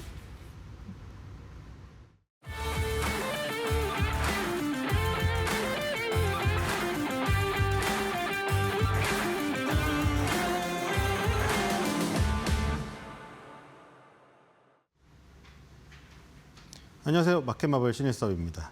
항상 제 전에 저 코너를 해서 또 배가 고파 죽겠어요. 근데 대롱대롱은 진짜 대롱대롱이 나왔다고? 저기서 대롱대롱 진짜 너무 지금 기억이 나가지고 깜짝 놀랐어요 지금. 근데 저는 개인적으로 안타왕이라고 저 50원짜리 아이스크림 있었거든요. 쭈쭈바. 그게 다시 나왔으면 하는 바람입니다. 자, 오늘 대롱대롱 매달려서 위태로운 우리나라 증시. 근데 오늘도 급등하는 종목이 있네요. 자, 코스피의 GSPNL입니다. 와, 무려 10% 가까이 급등을 하고 있습니다, 지금. 자, 여러분들 GS가 일단 들어갔기 때문에 대기업이죠. 우리나라 뭐 대기업 하면 뭐 삼성 아니면 GS 아니면 뭐 현대 뭐 요 정도 효성 뭐 이런 대기업이잖아요. 자, 일단 GS 이름이 붙었기 때문에 뭔가 대기업 관련주. 그러니까 뭔가 든든하죠. 일단은 기업이 든든한 상황이고요. 기업계로 보겠습니다. GSPNL이 생소하신 분도 계시기 때문에 왜냐면 사명이 변경돼서 다시 상장된 지가 얼마 안 됐어요. 작년 12월 달이니까 GS가 이름이 붙었지만 GS 칼텍스는 생각이 나는데 맨날 내가 기름 넣다 보니까 PNL은 뭐지? 하시는 분이 계실 수도 있겠죠. 자, 기업계 볼게요. 네, 상장하고 나서 쭉 올랐습니다. 아주 좋았어요, 지금. 자, 지금 기업계 보니까 GS 리테일 나오네요. 자, GS 리테일은 우리 잘 알죠? GS 편의점 25시 편의점도 많이 25시 또 옛날 뉴트로로 갔네. GS 25. 옛날에 25시였죠. GS 25, 뭐 GS 프레시 이런 거 많이 이용하시니까 그 운영하는 게 GS 리테일이잖아요. 거기서 인적 분할됐죠. 그래서 그 전에는 잘 생각해 보세요. GS 리테일이랑 그 CU 운영하는 그 회사랑 두 개를 비교해 가지고 이제 마트주로 분류해서 유통주로 다뤘었잖아요. 거기에 이제 호텔 부분이 있어서 호텔 신라랑 비교, 물론 호텔 신라도 솔직히 말해서 호텔은 아니죠. 면세점 매출이 90%가 넘으니까. 근데 어쨌든 간에 호텔 신라, 뭐 아난티, GS 리테일의 호텔 부문 이런 식으로 비교를 했었어야 되는데 이제 그 호텔 부분을 아예 떼어서 인적 분할이죠. 인적 분할은 이제 자기가 GS 리테일 갖고 계셨으면은 비율대로 GS 리테일과 GS P&L 주식을 갖게 되셨던 거예요. GS 리테일에서 이제 인적 분할돼서 지주회사로 설립이 되었죠. 근데 여기에 이제 주력이 파르나스 호텔하고 후레시미트거든요. 그래서 이제는 호텔주로 따로 이제 다룰 수가 있게 편하게 되었죠. 자, 그래서 자회사 PNS가 있고 파르나스 호텔, 파르나스 브랜드인데 삼성동에 많이 있어요. 그랜드 인터컨티넨탈, 웨스틴 서울 파르나스, 파르나스 호텔 제주, 그다음에 나인트리라고 4성급 있거든요. 4성급. 그 위에는 별 5개짜리고요. 저거 판교 나인트리가 유명하죠. 판교 맘들 많이 가잖아요. 거기 6개랑 파르나스 타워, 파르나스 몰까지 운영하고 있고요. 그러니까 주력이 지금 보니까 삼성동에 몰려있죠. 코엑스 근처 거기에. 자, 그래서 오피스 상업시설 운영사업, 시니어 하우징 공유주거 이런 것도 하네요. 장기 전략 구성하고 있다. 자, 이렇게 되어 있고요. 뉴스 보겠습니다. 파르나스 이게 중요하거든요. 왜냐하면 파르나스 호텔의 홀로서기. 그쵸? 요게 중요합니다. 왜냐하면 인터컨티넨탈 서울 코엑스가 주력이어서 이게 브랜드가 바뀌었어요. 인터컨티넨탈을 메리어트 프리미엄 브랜드인 웨스틴. 우리 웨스틴 조선 호텔 알죠? 그 웨스틴이 메리어트의 프리미엄 라인이에요. 그 웨스틴으로 바꿨거든요. 그래서 이름이 웨스틴 서울 파르나스가 됐습니다. 이게 개관한 지 2달 됐거든요. 이제 2달. 지금 인터컨티넨탈 코엑스로 여러분들 많이 알고 계셨을 거예요. 인터컨티넨탈 코엑스가 웨스틴 파르나스로 이름을 바꿔서 브랜드도 바꿔 달았거든요. 그 전에 2023년 6월까지 영업하다가 14개월이니까 거의 1년여간의 리모델링하고 작년 9월에 그랜드 오픈했어요. 그래서 지금 투자 비용이 무려 2천억 원이 들어갔고 거기 파르나스 호텔 작년 영업이익의 2.4배에 달하는 엄청난 돈을 쏟아부은 겁니다. 정말 마음을 먹고. 자, 요게 잘 돼야 되죠. 잘 됐을까요, 지금? 일단 주가상으로는 잘 됐으니까 저렇게 주가가 잘 됐겠죠. 뒤 보겠습니다. 진짜 영업이익의 3배를 거의 쏟아부었으니까 엄청나네요. 자, 그래서 보니까 장기 투숙 호캉스 비즈니스, 호텔과 바캉스. 그리고 이제 제일 중요한 건 요즘에 다 디지털화되고 있는데 그래서 아예 이 호텔은 처음 출발부터 이렇게 DCX 모델이라고 디지털 커스터머 익스피리언스라고 이제 막 근데 이런 호텔 많아요 지금 요즘에 가면 사실 그렇죠? 옛날에는 막 무슨 체크인, 체크아웃 막 무조건 줄을 서야 됐었잖아요. 요즘에 그냥 QR카드로 하고 그냥 안 만나고 집에 가십니다. 그렇죠? QR코드 접속으로 다 되고 IoT 돼가지고 뭐 요즘에 들어가면 아실 거예요. 뭐 무슨 저기 저희 다 설치돼 있어요. 스마트 스피커 설치돼 있어서 야 뭐 누구 뭐 아리아 뭐 커튼 열어주면 커튼 열리고 막 이래요. 그래서 인공지능하고 막 앞에서 직원이 옛날에 그 저기 짐 옮겨주고 이랬잖아요. 로봇이 짐 옮겨주잖아요, 요즘에. 그래서 IoT 사물 다 되어 있고 그거 QR코드 보고 가시니까 그 맨날 그거잖아요. 조식 언제 가야 되나. 그죠? 수영장 언제 밀리나. 그 고민이잖아요. 그 두 개가. 부대 시설. 혼잡도 미리 봐가지고 갈 수 있고 그런 것들. 그래서 인공지능 기반의 맞춤형 추천 기능을 개개인의 최적화된 서비스를 제공한다. 요게 이제 DCX 모델이 요 파르나스 서울 호텔의 이 주력 어떤 저기 브랜드 운영 방침입니다. 자, 지금 뒤에 커뮤니티를 볼게요. 주가가 오늘 좋으니까 말하는 순간 더 올랐네요. 갑자기 10.76% 방송을 타나요? 며칠 전에 저기 올리신 건데 이제 이 오징어 게임에서 가자 이겁니다. 가자 했는데 저분의 이 그 응원을 받았는지 오늘 난리네요. 자, 그래서 이제 소리 지르고 푼행. 왜냐면 오늘 지금 다 하락을 하고 있거든요, 주식이. 근데 이게 지금 11% 오르니까 기분이 좋죠? 소리 지르고 푼행, 굿굿. 이런 날도 수익을 주니 섹터 구성이 중요행. 어제 뺄 때 알아본다는 게 어제 뺄 때 미리 약간 오늘의 상승을 예측한 조정이라고 생각하고 들어가신 분인가요, 이분은? 성견지명이 있으시네요. 어쨌든 섹터 구성이 중요해. 이분이 만약에 정말 이거를 정말 전략적으로 했다면 정말 잘하신 거죠. IT의 조정을 예상하고, 그렇죠? 미국장에서 경계론이 있고 이런 약간 분위기가 쎄하잖아요. 그러니까 이분이 호텔 관련주를 조금 배분을 한 거예요. 섹터 구성을. 어쨌든 성공을 하셨죠. 와, 요놈 봐라. 그리고 이분도 있죠. 이분은 어제 뺄 때 오히려 담으신 것 같고 이분은 어제 털었는데 잘 가네. 약간 아쉬운 마음. 뭐 그럴 수도 있죠. 주식이 원래 잡으려고 하면 도망가 버리고 또 가만히 내버려두면 내 손에 또 들어오고 이럽니다. 자, 그래서 와, 요놈 봐라. 이렇게 잡았고요. 어쨌든 오늘 GSPN을 가지고 계신 분들 기분이 좋을 것 같습니다. 어느 정도 갖고 있느냐가 문제겠지만. 자, 어쨌든 오르는 종목이 있고요. 코스닥에도 지금 오르는 종목이 있습니다. 오늘 에이프릴 바이오입니다.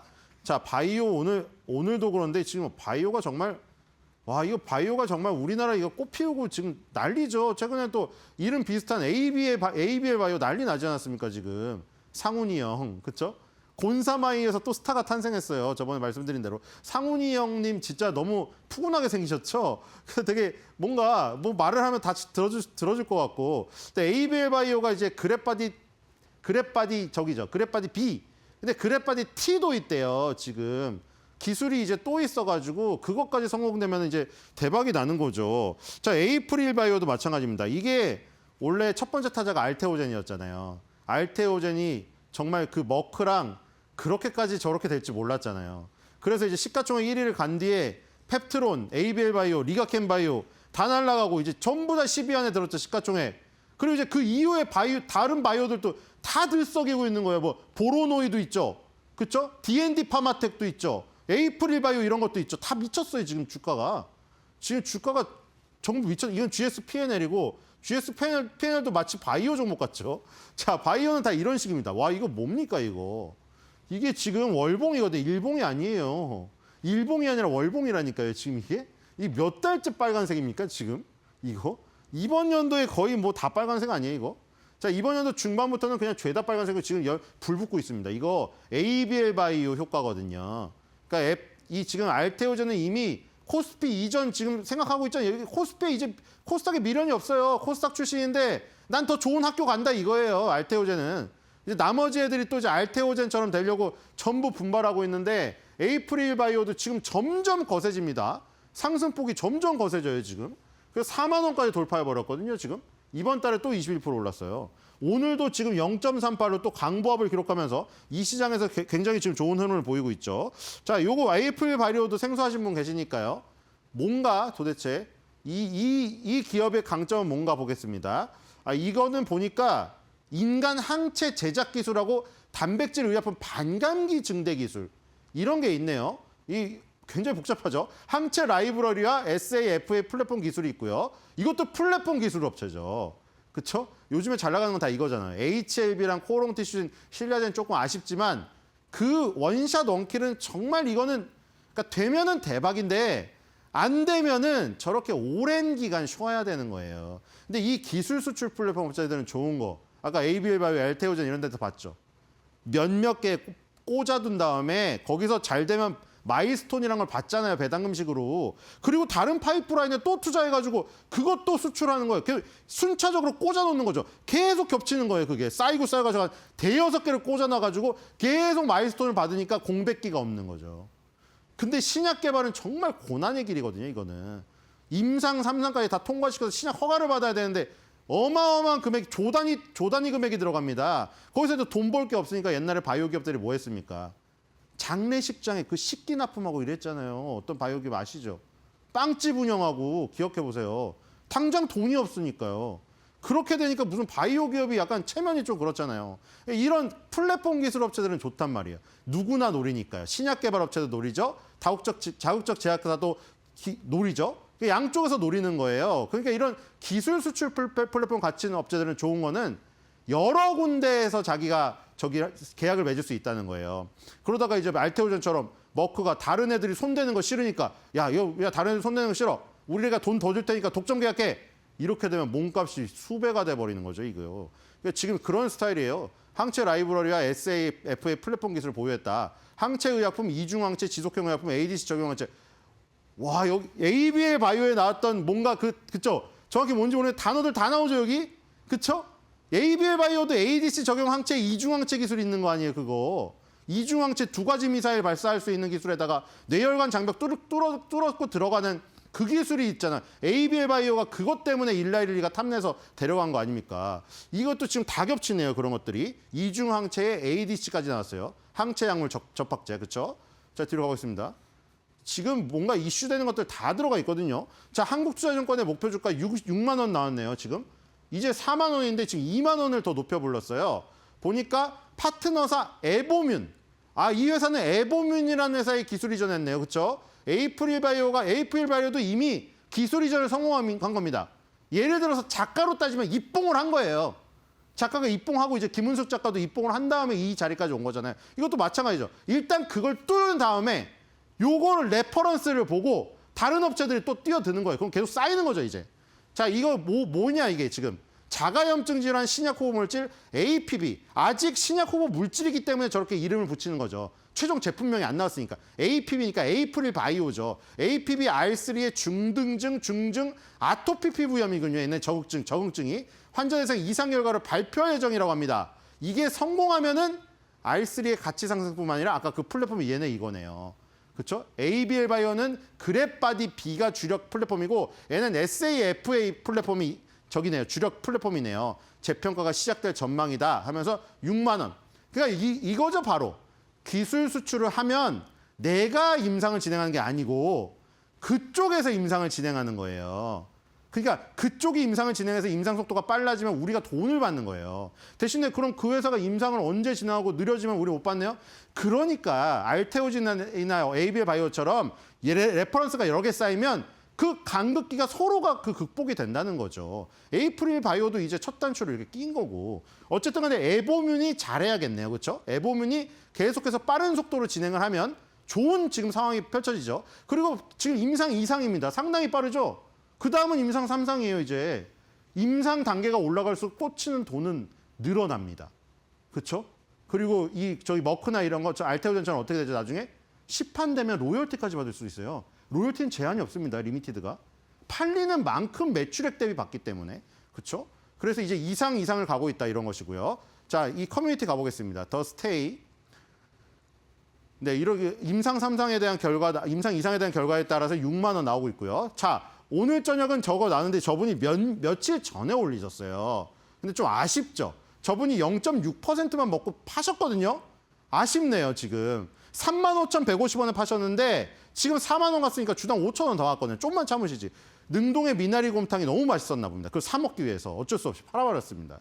능동의 미나리 곰탕과 미나리 육회를 드셔버렸는데, 그쵸? 지금 좀 더 올랐네요. 자, 목표가 6만 원 상향. 한국투자증권에 대한 그 얘기가 지금 다 나오고 있는 거예요. 지금 에이프릴 바이오 같은 경우에 막 아직 시가총액이 완전 크지 않기 때문에 막 보고서가 막 자주 나오진 않죠.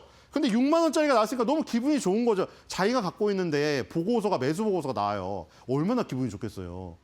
내가 뭐 연구원하고 친해서 부탁한 것도 아닌데, 그렇죠? 한투 목표가 20% 상향했고, 자, 올 초 계획한 목표 금액이 왔지만 더 스테이. 이분의 말을 제가 여기다 한 건데, 이분이 정말 이게 계획해서 될 수 있는 거라면 진짜 초고수 아니신가요? 그렇죠? 이 바이오에 투자하면서 올 초 계획한 목표 금액하고 이걸 설정했는데 여기 도달됐다? 아, 대단하신 분 같습니다. 그렇죠? 바이오가 어디로 튈지 모르기 때문에 어쨌든 올 초 계획한 목표 금액에 도달될 정도로 수익이 나셨나 봅니다. 하지만 더 스테이한다. 이분은 이제 더 간다고 고를 외치시는 것 같습니다. 자, 어쨌든 오늘도 이렇게 에이프릴 바이오나 이 GS P&L처럼 시장에서 강하거나 시장의 수익률을 초과하는 종목들이 꽤 있습니다. 그래서 여러분들도 여기서 힌트를 얻을 수 있겠죠. 지금 시장의 상황. 미국에도 제약 바이오가 강하고 우리나라에서도 지금 바이오가 강한 모습. 그다음에 저런 호텔이나 유통주들은 기본적으로 방어적인 능력이 있다는 거. 그래서 이렇게 만약에 IT라든가 시가총액 상위가 흔들릴 때 이런 종목이나 업종 섹터 위주로 조금 더 강세가 이어질 수 있는 시장의 어떤 면모. 오늘 조금 단편을 한번 볼 수 있지 않을까 이런 생각이 들고요. 자, 오늘 사파를 준비했습니다. 오늘 사파는 그리지 않고요. 실제 따왔습니다. 근데 이것도 직접 맞는 게 아니에요. 왜냐하면 아까 GS P&L이 이제 주력으로 운영하는 게 서울 웨스틴 파르나스라고 했잖아요. 예전에 코엑스 인터컨티넨탈. 그런데 거기서 연말 맞이해서 크리스마스 케이크를 준비했는데 이게 50개 한정이에요. 그러니까 지금 얘네도 자료로 호텔도 자료로 내보내는데 주방에서 만들어지질 않은 거예요. 왜냐면 50개만 만들 거니까. 언론의 보도자료를 뿌리려고 만들 수가 없는 거예요. 그러니까 이것도 그냥 가공의 화면입니다. 이게 진짜 오르골인데 진짜 돌아간다고 합니다. 이게 얼마인지 아세요? 한 개당 35만 원이래요. 근데 아마 저렇게 비싼데 누가 사? 50개라 구경도 못 할 거야 아마. 자, 어쨌든 50개 한정 35만 원짜리 크리스마스 케이크가 파르나스 호텔에서 팔린다고 하니까 관심 있으신 분은 빨리 50명 안에 드시기 바라고요. 이걸 왜 준비했냐? 자, 오늘 같은 상황이 그거죠. 에이프릴 바이오나 GS P&L 이런 경우에 지금 이렇게 뜨겁게 잘 가면 어떻게 되냐면 50명만 모여서 살 수 있는 기회들입니다. 이러면 어떻게 할 것 같아요? 제가 먼저 살게요 이러죠. 다른 종목 다 빠지고 있는데 여기 두 군데에서 우리는 50명만 매수할 수 있다면 다 달려가겠죠. 그런 것처럼 이것도 비싸지만 인기를 얻기 때문에 50명 선착순 모집이니까 너도 나도 살려고 대기를 할 것이다. 오픈런을 할 것이다. 이런 것을 비유를 해봤습니다. 자, 그래서 오늘의 마블 코멘트입니다. 50명 선착순 매수인 모집. 메리고 P&L.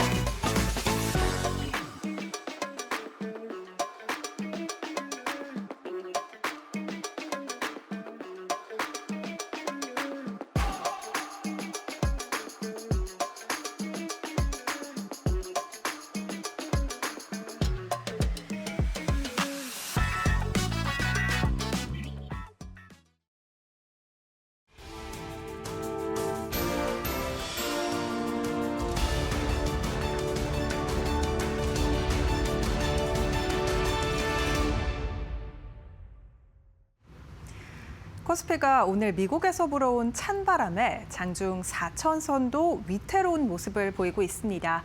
엔비디아의 실적 발표를 앞두고 피터 틸의 엔비디아 지분 전량 매각 소식이 나오면서 미증시는 일제히 하락 마감했는데요. 이러한 점이 반도체주의 투심을 악화시켰고 오늘 우리 시장도 전반적으로 쉬어가는 모습을 보이고 있습니다. 양 지수 상황 바로 열어보시죠.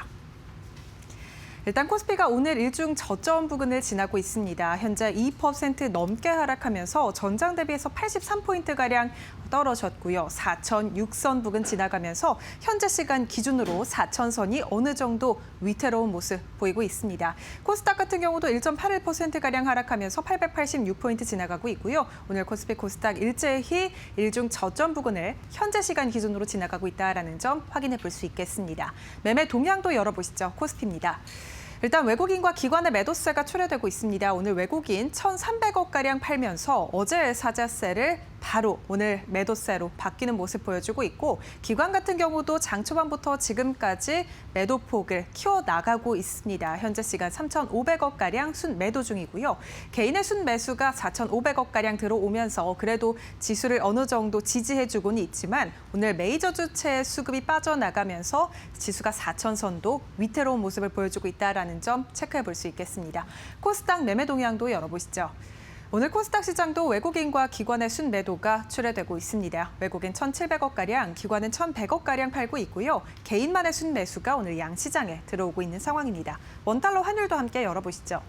오늘 원달러 환율은 1,460원 선 위로 다시금 올라섰습니다. 어제까지 1,450원대로 그래도 움직였던 원달러 환율인데 다시금 1,460원 선 위로 올라왔고요. 현재 시간 기준 개장 직후보다 6원가량 올랐습니다. 1,466원 선 지나가면서 다시 1,460원 후반선으로 올라선 모습 보여주고 있습니다.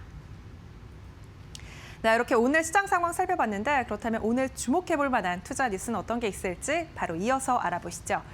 중국과 일본의 갈등에 따라 국내 관광 수요가 증가할 것이란 기대감 속 여행주가 이틀 연속 강세를 보이고 있습니다. 앞서 다카이치 사나의 일본 총리의 유사시 대만 개입 발언 이후 중일 관계는 급격히 악화됐습니다. 지난 14일 중국 외교부는 자국민에게 단기간 일본 여행을 피하라면서 여행주의보를 발령했는데요. 발령 후 이틀 동안 중국에서 향하는 일본 티켓은 49만 장가량 취소됐습니다. 국내 여행으로 반사이익이 퍼질 것이란 기대감이 나오고 있는 상황입니다. 롯데 관광개발이 또 중장기 시가총액이 3조 원을 돌파할 것이란 긍정적 전망까지 나왔는데요. 하나증권은 오늘 롯데 관광개발에 대해 중장기 영업이익이 2,500억 원을 가정한다면 순이익은 2,000억 원을 돌파할 것으로 보면서 목표 PE의 15배만 적용해도 3조 원 이상의 시총이 가능할 것이라고 전망했습니다. 앞으로 2년간은 영업이익보다 더 가파른 순이익 상승 사이클도 시작될 것이라면서 올해 하반기 오버행을 소화하며 주가가 기간 조정을 거쳤기 때문에 내년까지 더욱더 높은 상승을 전망할 수 있다고 의견을 전했는데요. 오늘 롯데 관광개발 이 호재에 힘입어서 신고가를 경신했습니다. 22,200원까지 오르며 52주 신고가 경신해냈고요. 현재 시간 기준으로 1.33%가량 상승, 29,900원 선 지나가고 있습니다. 노랑푼성 주가도 오늘 두 자릿수 급등세 연출 중입니다. 10.36%가량 강세 탄력 여전히 붙고 있고요. 5,520원 선 거래되고 있습니다. 참 좋은 여행, 오늘 주가가 오늘 VI 상승 VI가 걸리기도 했습니다. 다만 상승폭을 조금은 줄였고요. 3.79%가량 오름세 6,170원 선 거래되고 있습니다. 전기차 등에 핵심적으로 쓰이는 2차 전지 핵심 소재인 리튬 가격이 내년 2배 가까이 오를 것이라는 전망에 오늘 리튬 관련주가 일제히 오르고 있습니다. 그간 공급 과잉으로 부진을 겪어왔던 리튬 가격이 내년 큰 폭으로 반등할 것이란 전망이 나왔는데요. 어제 열린 중국 리튬 산업 포럼에서 중국 내 1위 리튬 공급업체인 간펑 리튬이 시장의 컨센서스를 크게 웃도는 내년도 수요 전망을 내놨습니다. 간평 리튬은 내년 세계 리튬이엄의 수요가 전년 대비 30에서 40% 증가할 것이고 배터리급 탄산 리튬 가격 역시 내년 상반기 중 현재 2배 수준인 돈당 15만 위안, 우리 돈으로 약 3천만 원 수준까지 회복할 수 있을 것이라고 내다봤습니다. 시장에서는 이를 리튬 가격이 바닥을 통과했다고 보고 있습니다. IBK 투자증권은 오늘 보고서를 냈는데요. 내년 세계 리튬이엄 공급 증가율은 당초 22에서 35% 수준에서 15%에서 18% 수준으로 하향 조정될 가능성이 큰 것으로 관측된다고 의견을 냈습니다. 오늘 관련주 주가 흐름 함께 체크해 보시죠. 미래 나노텍 8% 넘게 오름세고요. 13,230원 선 거래되고 있습니다. 오늘 하이드로 리튬 주가도 큰 폭의 강세 탄력 붙고 있습니다. 9% 넘게 오르고 있고요. 2,245원 선 거래됩니다. 포스코 엔텍 주가도 체크해 보시죠. 0.64%가량 상승세 15,630원 선 거래되고 있습니다. 삼익제약이 자사의 복합 당뇨병 치료제인 피오시타정이 분당 서울대병원의 심의를 통과했다고 밝히면서 주가가 상한가를 기록했습니다. 이번 결정으로 피오시타정은 국내 상급 종합병원에서 임상적 가치를 공식적으로 인정받게 됐습니다. 분당 서울대병원은 약제 등재 심사가 엄격한 기관으로 알려져 있기 때문에 이번 심의 통과는 피오시타정의 임상적 유효성과 안정성이 일정 수준 검증됐다는 점에서 그 의미가 큽니다. 피오시타정은 혈당 강화에 효과적인 DPP-4 억제제와 인슐린 감수성을 개선하는 TJD 계열 성분을 하나의 정제로 결합한 복합 제형입니다. 두 기전의 상호 보완을 통해 당일체 대비 혈당 조절 효과를 극대화할 뿐 아니라 복약 편의성과 환자 순응도를 높인 것이 특징인데요. 장기적인 관리가 필요한 제2형 당뇨병 치료 환경에서 효율적인 옵션으로 꼽혀왔습니다. 삼익제약 저번 달 27일에 상장했죠. 공모가는 2,480원이었는데요. 오늘 상한가 터치한 이후 2만 50원 선 거래되고 있습니다.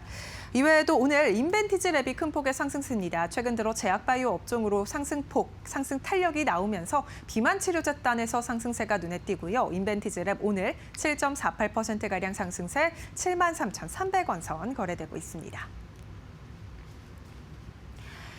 네, 오늘 우리 시장은 미국에서 불어온 sak풍의 영향을 받아 양지수 일자히 1% 넘는 낙폭을 기록하고 있습니다. 다만 최근 들어 미국 시장도 그렇고 우리 시장도 그렇고요. 모두 반도체가 쉬어갈 때 제약 바이오가 오르는 모습을 보여주고 있습니다. 제약 바이오에 대한 자세한 전략 저희와 함께 이어서 짚어보시죠.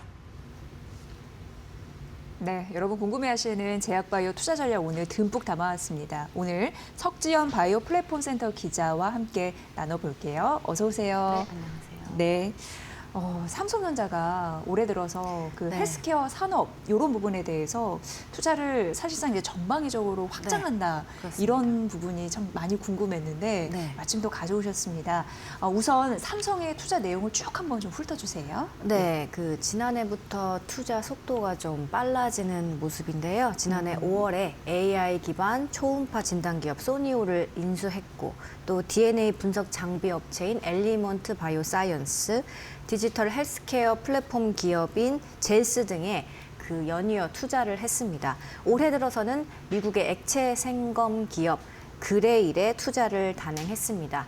글로벌 AI 헬스케어 시장이 약 700조 원 규모로 이제 급성장할 것으로 전망이 되고 있는데요. 삼성은 스마트폰이나 스마트워치, 링과 같은 웨어러블 기기에 이 건강 데이터 플랫폼을 결합하는 거를 이제 미래 성장 동력으로 보고 이렇게 투자를 하는 모습입니다. 네, 그럼 오늘 다뤄볼 투자는 뭐가 있을까요? 네, 예.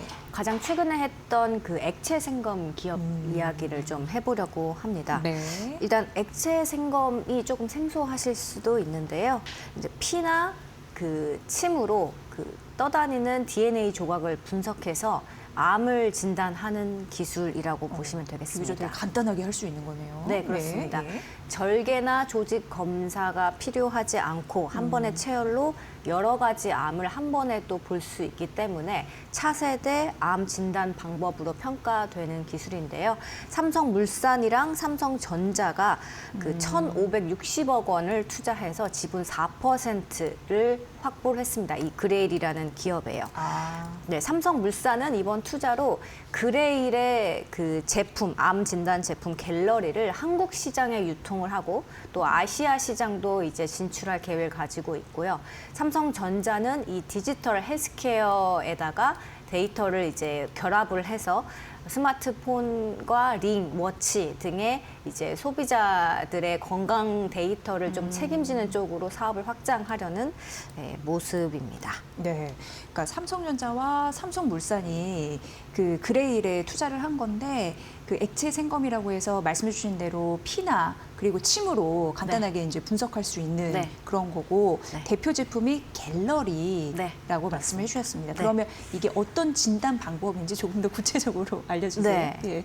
갤러리는 그 네. 체열을 한 번 했을 때 암 요 50여 종을 네네. 검출해낼 수 있습니다. 한 번에요? 네, 한 번에. 그렇습니다. 그래서 전 세계에서 네, 가장 네. 많은 암종을 네. 검출할 수 있는 제품이고요. 그리고 암이 이 어디서 유래했는지도 이제 예측할 수 있는 확률이 88%나 됩니다. 정확도가 상당히 높은 거고 예. 또 이제 10만 명 이상의 그 임상 데이터를 보유하고 있습니다.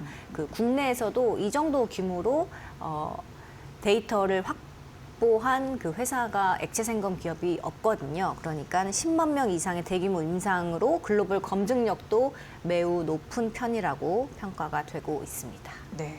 국내에도 이런 기업들이 있을 거라는 생각이 드는데 네, 어떤 그렇습니다. 기업들이 이렇게 좀 경쟁하고 있는 건지 궁금하네요. 예. GC 지놈이라고 예. 그 녹십자 이제 계열사인데요. 아, 예, 네, 예, 예. 이 아이캔서치라는 그 제품을 보유하고 있고 여기는 6종의 암을 조기에 탐지할 수 있습니다. 그리고 IMBDX의 캔서 파인드도 있고 또 이제 비상장사로는 포어텔 마이헬스라는 기업도 있습니다. 이제 국내 기업들도 이제 각자의 강점이 다 다릅니다. 그래서 이제 국내를 넘어서 글로벌 시장으로 이렇게 진출을 지금 모색을 하고 있는 상황이고 지금 국내에서는 이제 대형 병원 그리고 종합검진센터 중심으로 이렇게 제품을 납품을 하고 있었습니다. 네. 그러면 그 앞서서 그 삼성이 투자한 그레일 같은 경우에 네. 좀 기술력이 좀 상당한 것으로 보이는데 네. 그렇게 따지면 앞서서 액체생검 국내 기업에 대해서 쭉 정리해 주셨잖아요. 좀 긴장을 많이 해야 되는 상황 아닌가. 네. 어떻게 보세요? 예. 이제 단기적으로는 좀 부담이 될 수 있겠죠. 경쟁 그죠. 부담. 그렇지만 예. 이제 직접 업체들한테 물어봤더니 이제 중장기적으로는 이 시장 파이 자체가 좀 커질 수 있을 것 같아서 왜냐하면 오히려? 예. 네. 이제 사실 이제 액체 생검, 그러니까 예, 피로 예. 암을 진단한다는 이런 기술이 지금 국내에 상용화돼 있고 이거를 이제 어디 가면은 할 수 있다, 검사를 받을 수 있다 이런 거 아시는 분이 지금 많지 않잖아요. 네네. 그러니까 이게 어떻게 보면 홍보 효과가 될 수 있다고 아. 좀 긍정적으로 보시는 거죠.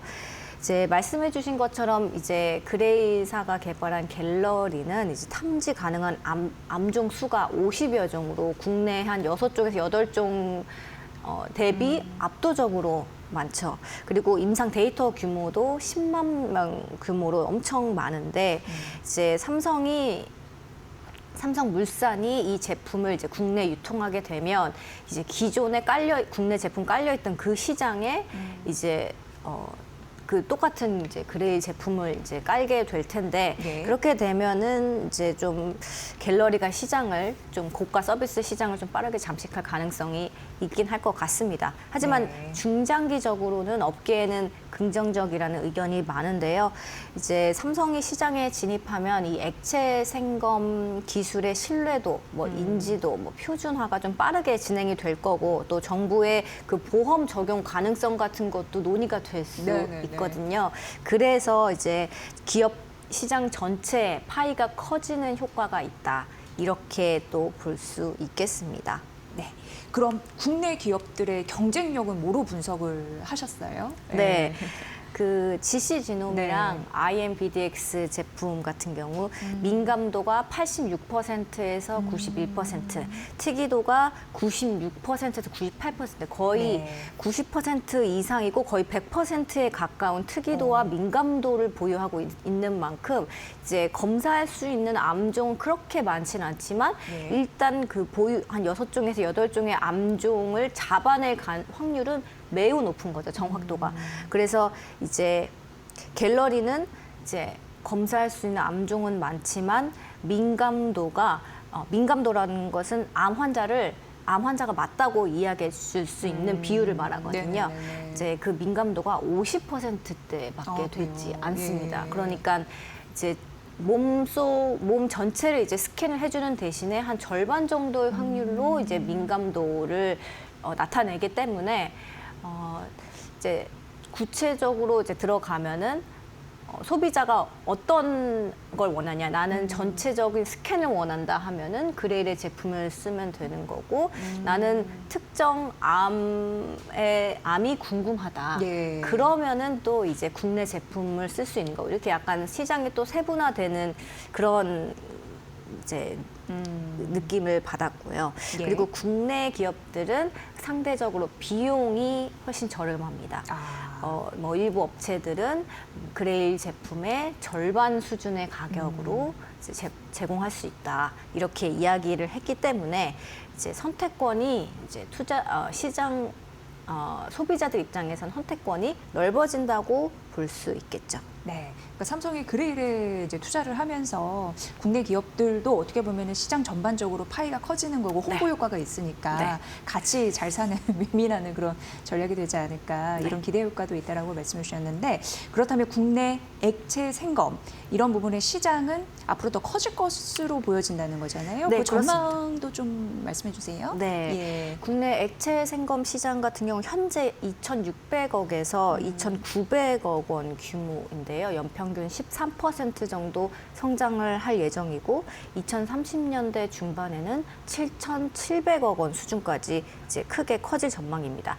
아시아 전체로 놓고 보면 같은 기간 1조 원에서 4조 원까지 증가할 것으로 예상이 됩니다. 결국 이 삼성의 액체 생검 시장 진출은 이제 단기적으로는 국내에 이제 경쟁 압박을 줄 수 있지만 장기적으로는 어쨌든 액체 생검 시장 전반의 성장 속도를 높여주는 그런 촉매제가 될 것으로 분석이 됩니다. 네.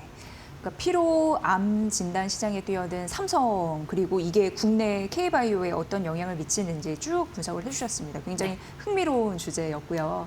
이제 두 번째는 제약바이오 업종을 최근 둘러싼 4개의 모멘텀이 생겼는데 첫 번째는 어떻게 보면은 셀트리온 국내 투자 소식 그리고 두 번째는 외국인 매수, 세 번째 관세 불확실성이 일부 좀 해소가 됐다. 그리고 네 번째 비만 치료제 네. 이런 부분으로 그래서 글로벌 펀더멘털이 좀 개선됐다 이런 부분이 아닐까 싶은데 하나하나씩 쭉 점검을 해드리도록 하겠습니다. 네. 첫 번째는 셀트리온 투자 소식이 있었습니다. 주말에 그렇습니다. 나왔죠? 주말에 네, 나왔습니다. 따끈따끈한 소식 좀 알려주세요. 네, 예. 대통령실에서 네. 열린 그 한미 관세 협상 후속 민관 합동 회의에서 셀트리온의 향후 3년간 송도, 오창, 예산에 걸쳐서 총 4조 원을 투자하겠다 공식 발표를 했습니다.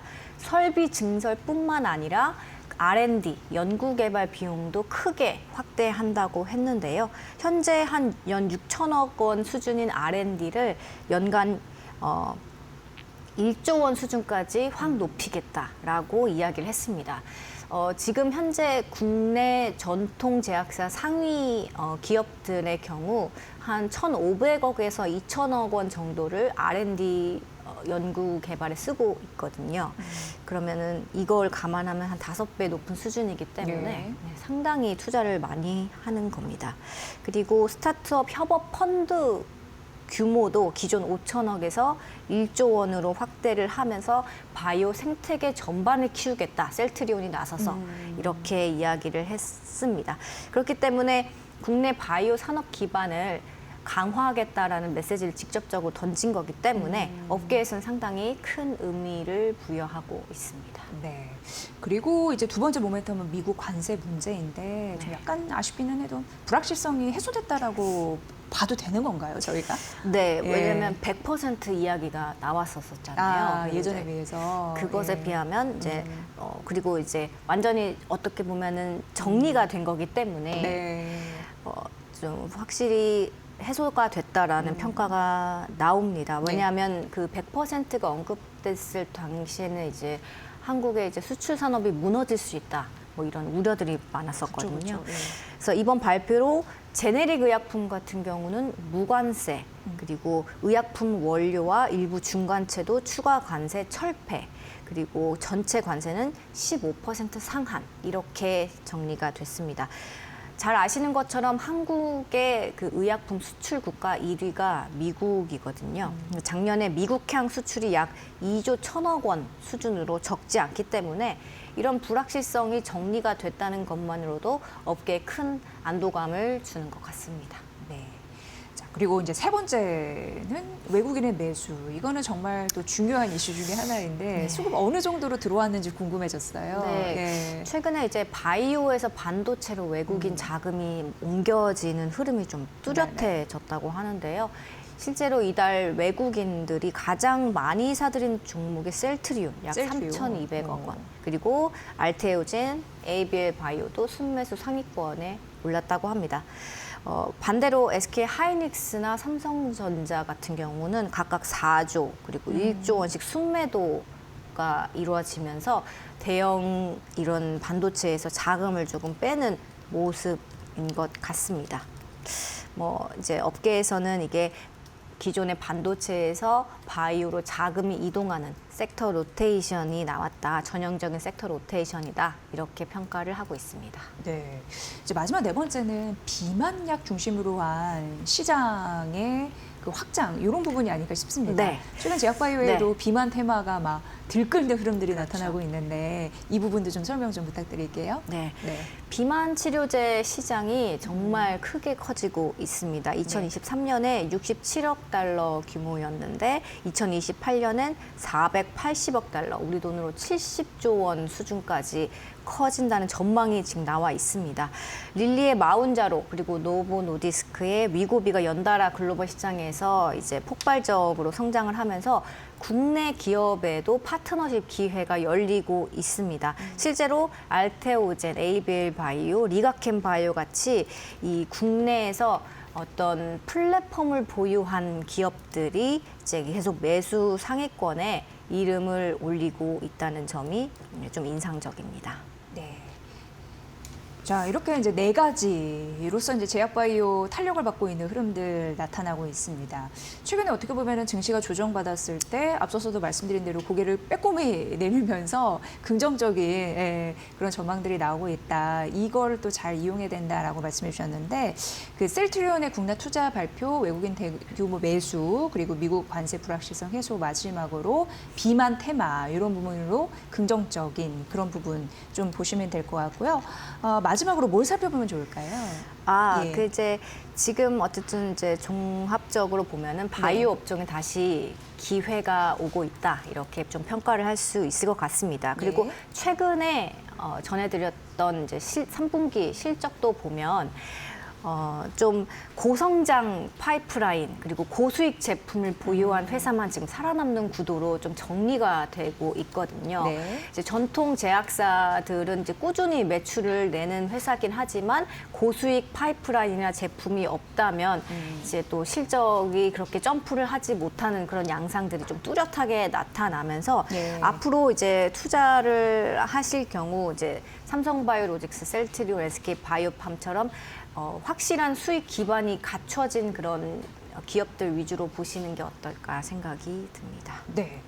뭐니 해도 바이오 업종 뭐 뜨겁다 하더라도 옥석가리가 중요하다라는 말씀을 해주신 것 같아요. 그래서 지금 바이오 업종 기회를 어떻게 포착하는지 아주 잘 들었습니다.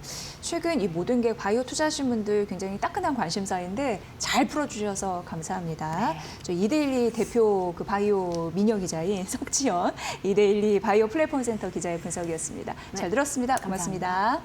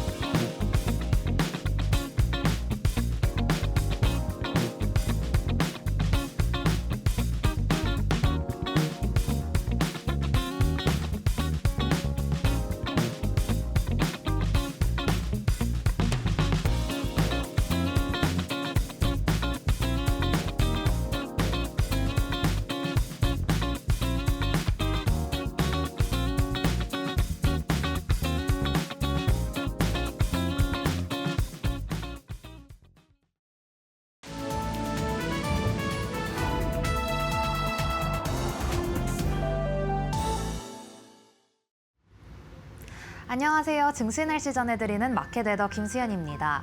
오늘도 우리 증시 날씨는 하루 걸러 맑고 또 비가 오고 또 맑은 이렇게 변동성 장세를 이어가고 있습니다.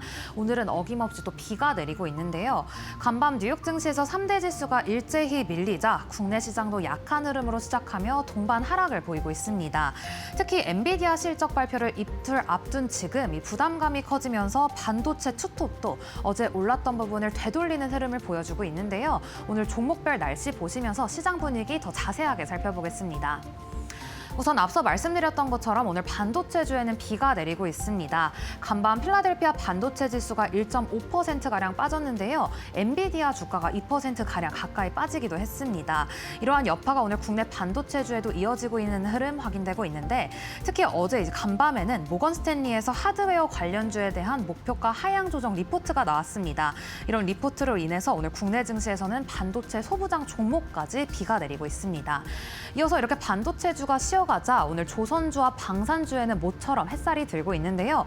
우선 조선주 같은 경우에는 지난 14일이었죠. 이재명 대통령이 발표한 조인트 팩트시트 호재를 지속적으로 반영하고 있는 것으로 보이고요.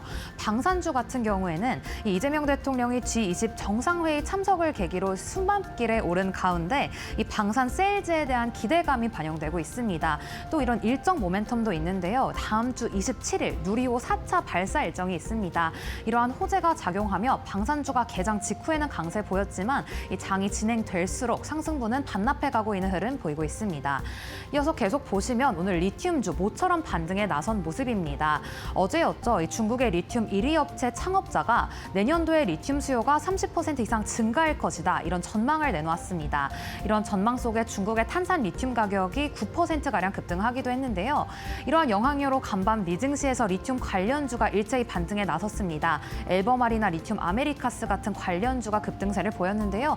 국내에서도 리튬 관련주가 오늘은 반등에 나선 모습 확인되고 있습니다.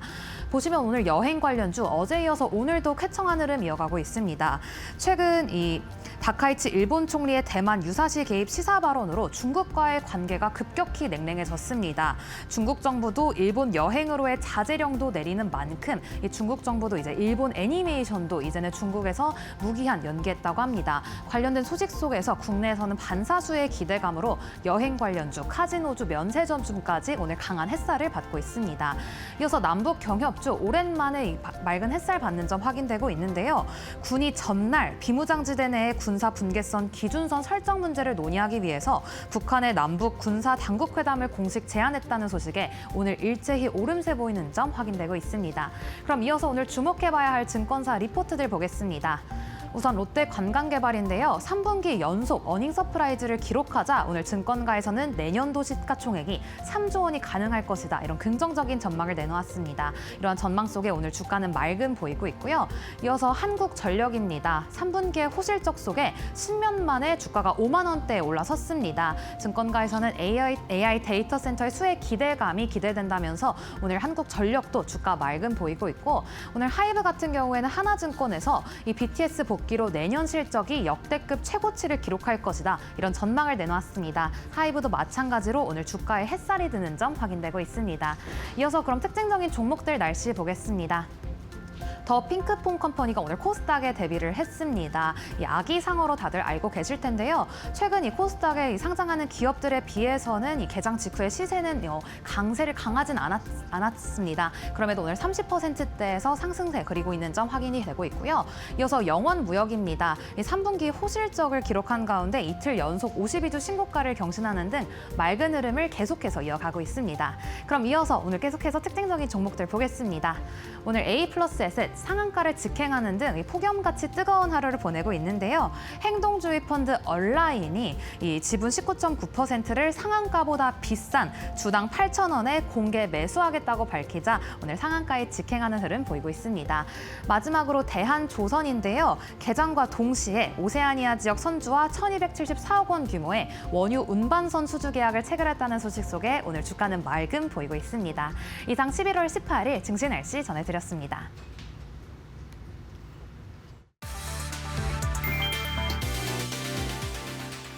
페이팔 공동 창업자로 유명한 벤처 투자자 피터 틸이 3분기 보유하던 엔비디아 지분을 전량 매도한 것으로 나타났다. 미국 증권거래위원회에 제출한 13F 보고서에서 틸의 헤지펀드가 약 1억 달러 규모의 엔비디아 주식 53만여 주를 모두 처분한 사실이 확인됐다. 틸 매크로는 같은 기간 애플과 마이크로소프트 투자를 늘린 반면 테슬라 지분은 크게 줄였다. 블룸버그는 이번 매각이 AI 열풍에 대한 우려가 커지는 시점에 이뤄졌다는 점을 주목하며 AI 투자에서 한 발 물러나는 움직임 중 하나라고 평가했다. 영화 빅쇼트 실제 인물인 마이클 버리 역시 엔비디아와 팔란티어에 대한 하락 배팅을 공개하며 AI 버블 가능성을 지적했다. 버리는 가끔 우리는 버블을 본다는 글을 올리며 빅테크들의 감가상각 기간 연장 관행에도 문제를 제기했다. 한편 최근 엔비디아 지분을 매도한 사례는 틸뿐이 아니었다. 소프트뱅크 그룹도 지난달 58억 달러 규모 지분을 정리하며 다른 AI 투자를 위한 자금 확보에 나섰다. 엔비디아 주가는 3분기 18% 상승했지만 이날 뉴욕 증시에서는 1.88% 하락 마감했다.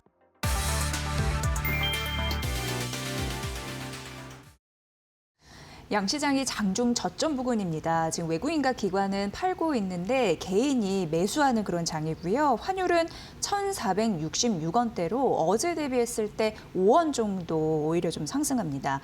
오늘 전반적인 섹터에서는 여행, 백화점, 면세점, 카지노 강한데 한일영 때문입니다. 이게 이제 중국과 일본 관계 악화에 따른 우리 기업들의 반사 이익을 노리는 그런 세력이고요. 조선은 그래도 다행히 오늘은 버텨주네요. 삼성전자는 낙폭은 줄이고 있지만 1% 하락, SK 하이닉스는 4% 조정 흐름 나오고 있습니다. 코스피의 4천 안착 힘들지만 용기 내십시오. 마켓나우 2부는 내일 오전 10시에 여러분을 찾아뵙겠습니다. 함께해 주신 여러분 고맙습니다.